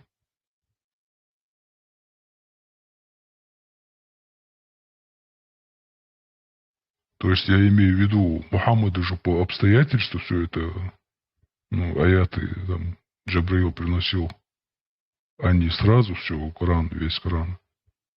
Допустим, Иса Паймарвой, как к нему явилось.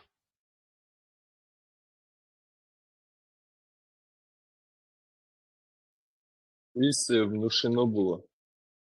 Он в детстве изучал, типа, Тору, а потом он как бы был внутренне от Всевышнего, типа. Вот. И дух, и это ангел рядом с ним был.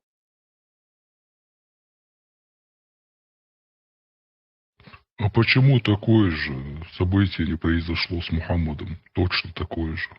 Разве это не было бы логичнее, чтобы он все знал изначально, заранее, как бы ответы, да, на вопросы?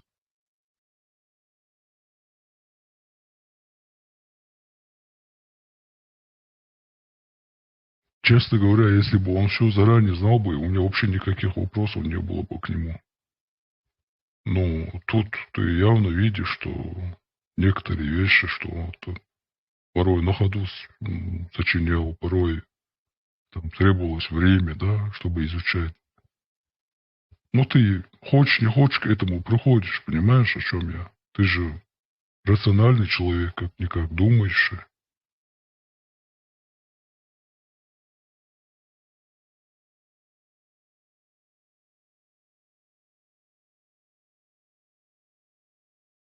Мне больше всего меня смущает то, что вот он прикольнуться решил над человечеством, да, вот так вот отправлял разные пророки, писания, сами себя люди запутали, он это знал, и такая путаница глобальная, да, и он еще отправляет такую странную, так скажем, которую по своей жестокости и там божественности мало что есть, отправляет религию. И как он, это несправедливо, чтобы чувак какой-то там буддист принял ислам, он не примет никогда. Он внутри, так как он мусульманин внутром, то что Аллах это истина.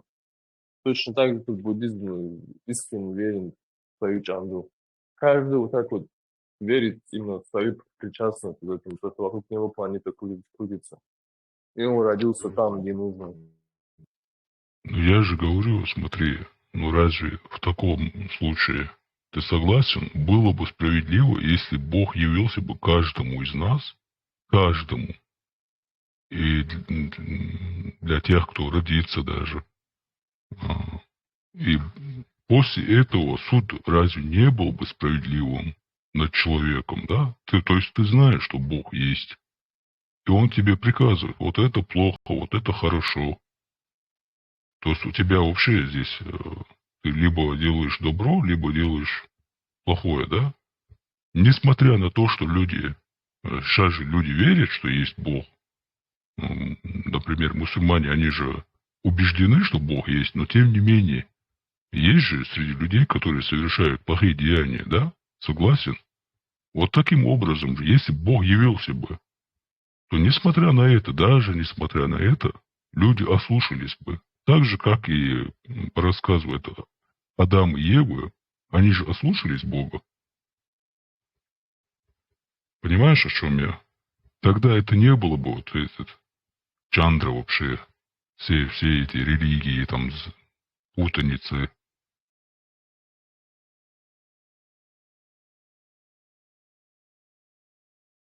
Да, как будто бы это прикалывается над тобой. Человечество само себя запутало, да? И теперь он говорит, вот здесь истина, сюда следуйте. Это просто нереально. Это сама идея, сама вот эта концепция, она неправильная, в корне неправильная. У всех религий. Даже если создатель есть, я думаю, он это не в том понимании, которое мы в книжке читаем, такого примитивного, который там, я же там говорю, там, он злится, гневается, там, что-то там, он не знаю, наступает куда-то, на троне сидит. Это что такое? Это Зевс, что ли, или Посейдон? Он кто он? Слишком примитивный. Если мы говорим о высшем разуме, да, о какой-то цепочке, которая, вот как есть разница между, там, допустим, насекомым и шимпанзе, да, это огромная пропасть, да, в развитии. И между шимпанзе и человеком огромная пропасть. Вроде бы как 2% разница. Ну, человек там летает, плавает, там, такие вещи совершает, чудеса чуть ли, да, в природе. А какая разница между создателем, который бесконечно на другом уровне понимания, да? Ему не нужно тебе какие-то книжки отправлять, либо это нужно как-то логически делать, я не знаю, если это какое-то испытание, чтобы всем людям было справедливо, одинаково. Разве нет? Так было бы правильно. Почему мы, тупые люди, об этом больше задумываемся, чем сам Создатель, Аллах, Бог, Элохим, там, Яхве, кто он там есть. Он не задумался об этом, а мы задумываемся и сейчас спорим об этом.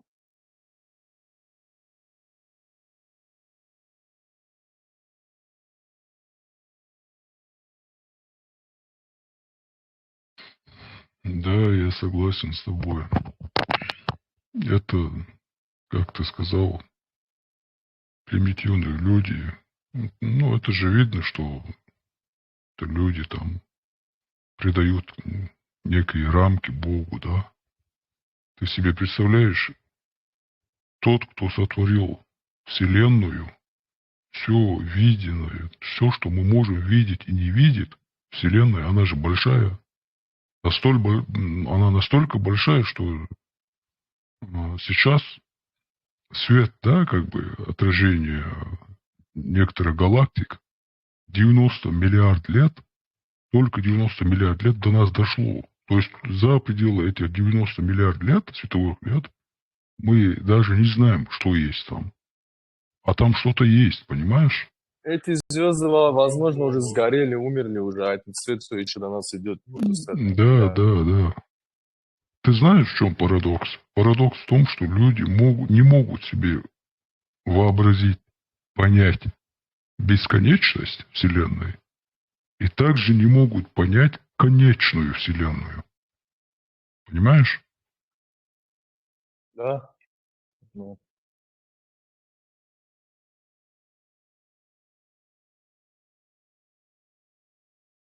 Ну, Ну, когда ты думаешь, что там земля плоская, и там купол стоит над твоей башкой, там звезды, это на самом деле там сбивать, чтобы джиннов там, то, конечно, у тебя мозгов далеко особо не будешь смотреть.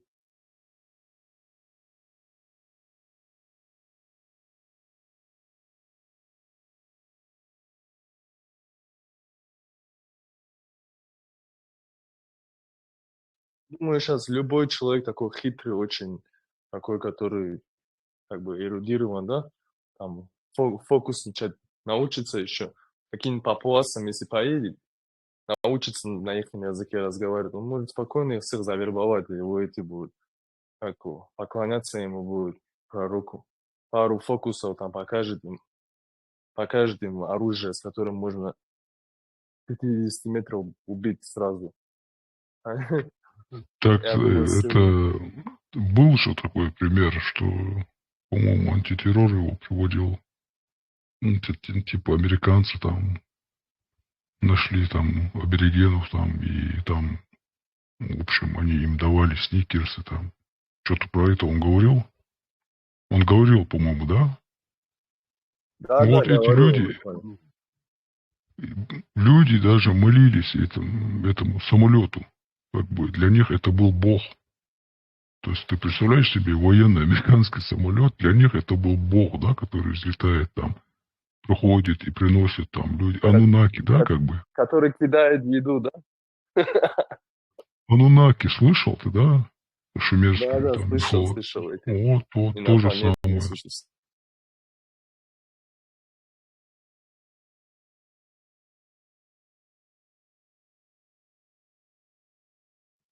Я же поэтому говорю, образование это самое главное. Хоть базовое хотя бы образование, да, в какой-то сфере. Особенно, если бы люди знали астрономию, хотя бы базовую астрономию, да, они бы понимали, что Бог, который описывается в этих писаниях, это такой ограниченный Бог, что с тем, которым там сотворил все это, он не сравнится никогда. Это намного больше, чем мы себе можем вообразить, понять. Не то, что понять, мы не можем понять Бога. Я не думаю, что в этом мире с этим ограниченным мозгом человек может понять Бога, да, как бы достичь его. Я думаю, что это что-то, то, что будет после, да, нашей кончины. И только после можно будет достичь его. А в этом мире, я думаю, человеку надо быть хорошим, добрым, как бы за добрые дела, да, я как бы верю, что в том мире будет и доброе, его ждет хорошее. Ну, я надеюсь на это, как бы.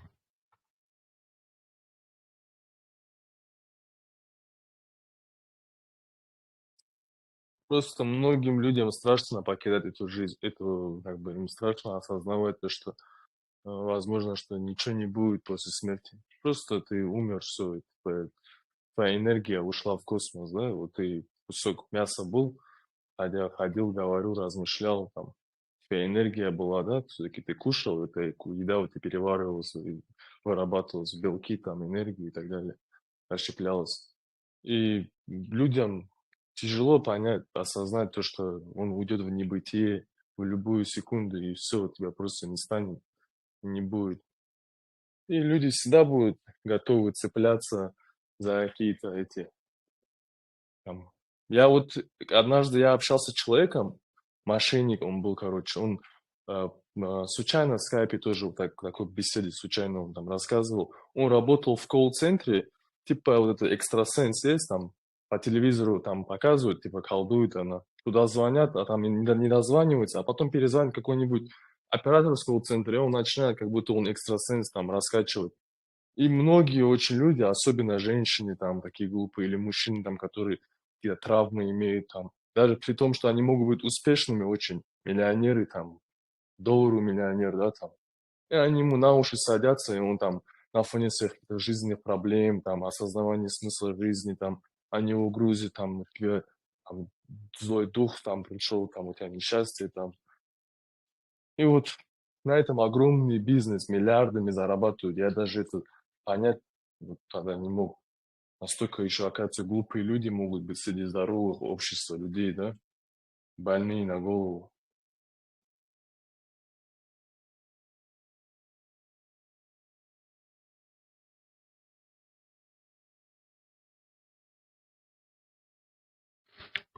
Ну, смотри, допустим, ты в самолете, да? И самолет падает. Ты вот-вот понимаешь, что ты умрешь. Ну, конец тебе. Ты 100% знаешь, что вот-вот самолет рухнется. У тебя будет какая-то надежда, что есть после Конечно, смерти что-то? конечно. Даже если я искренне верю в то, что там после смерти там ничего не будет, допустим, даже если я верю, да? Хотя мне не хочется в это верить. То в самолете, как говорят же, атеисты со мной начинают сразу в Бога верить. Это просто инстинкт, ты хватаешься за все, что возможно. Там у тебя 0 вариантов, ты хватаешься уже за мысли. И ты мыслишь, там, думаешь, хоть бы там кто-то помог тебе, воображаемый спаситель пришел, там, Супермен пришел, Аллах пришел. Это у всех людей так, я думаю. А вот в плане буддистов, буддисты, мне кажется, там подумали бы, что ну ничего, перерожусь там в следующей жизни. Нормально будет. Реинкарнация, да? Реинкарнация. Вот когда на них китайцы нападали, они в знак протеста, многие буддисты там десятками были, которые себя бензином подливали и сжигали себя. Они там не делали джихад, что-то там, да, не воевали, по-моему, так особо. Они поджигали себя заживо, зная то, что в следующей жизни они реинкарнируются. Настолько Э, уверены были в своей жизни. Они совершали джихад против себя самих, да? Да, типа Самоджихад, да? того. Я тебе реально говорю, такая как бы компания была, и они Я поджигали себя в видел, знак да, я протеста. видео видел даже. Да, да, я видел. Это сумасшедшие люди вообще. Ну, не знаю. Ну, по крайней мере, они как бы себе навредили, а не людям, да? Да, да. Уже что-то. Вот я на них смотрю ровно так же, как, допустим, на тех чуваков, которые там выбежали вот недавно в Дагестане, сдохли на асфальте. Это Вот так же фанатики. примерно я тоже смотрю, да. Да. Да, да, это фанатизм. Вот смотри, до чего доводит людей фанатизм. Когда ты фанатеешь, то ты теряешь голову вообще. Ты абсолютно ты как будто подвластен, да, под чем-то, да, под там, когда ты под каким-то наркотиком, под воздействием чем-то, у тебя начинается эйфория там. Вот то же самое. Вот этот человек, который сам себя сжег, он настолько был уверен, что есть реинкарнация, что, представь себе, он сам себя сжег.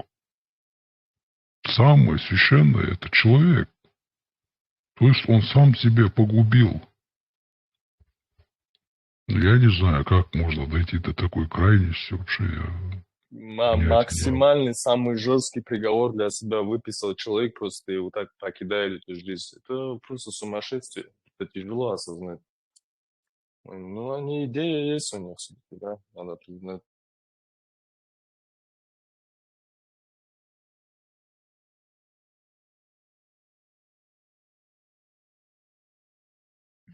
У вас, наверное, эти бородачи спрятались, да? Уже без бород уходят, наверное. Не, это так кажется, у нас жестко это ничего не меняет, все равно люди говорят, как бы, да, выражают мнение. Да, и политики люди есть, которые как бы такие чуть-чуть происламские. Я думаю, есть немало. Поэтому это не все так легко. Это результат, то, что мы увидели на днях, это результат всего вот этого, вот, как бы, да, у нас же там не так жестко, как, допустим, в Чечне. В Чечне, там, я думаю, чуть дай повод сразу там уже даже голову поднять не дают.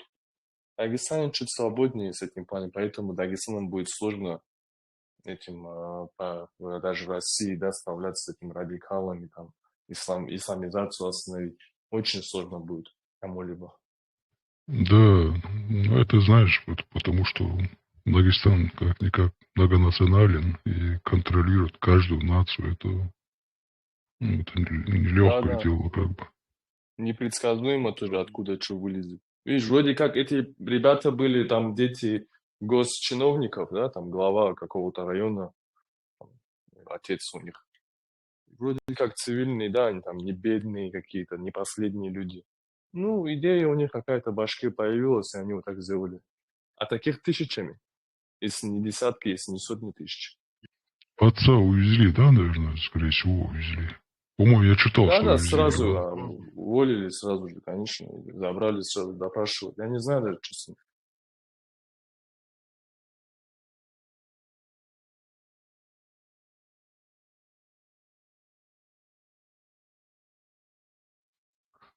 Ладно, братья, я тоже пойду. Тут, походу, только ты и я. Все остальные уснули, видать. Хорошо тогда, давай. Он Мир тетерор тебе. тоже, походу. Спасибо, брат, тебе тоже мир. Здоровье самое главное. Удачи. Крепкого. Давай. Баркал.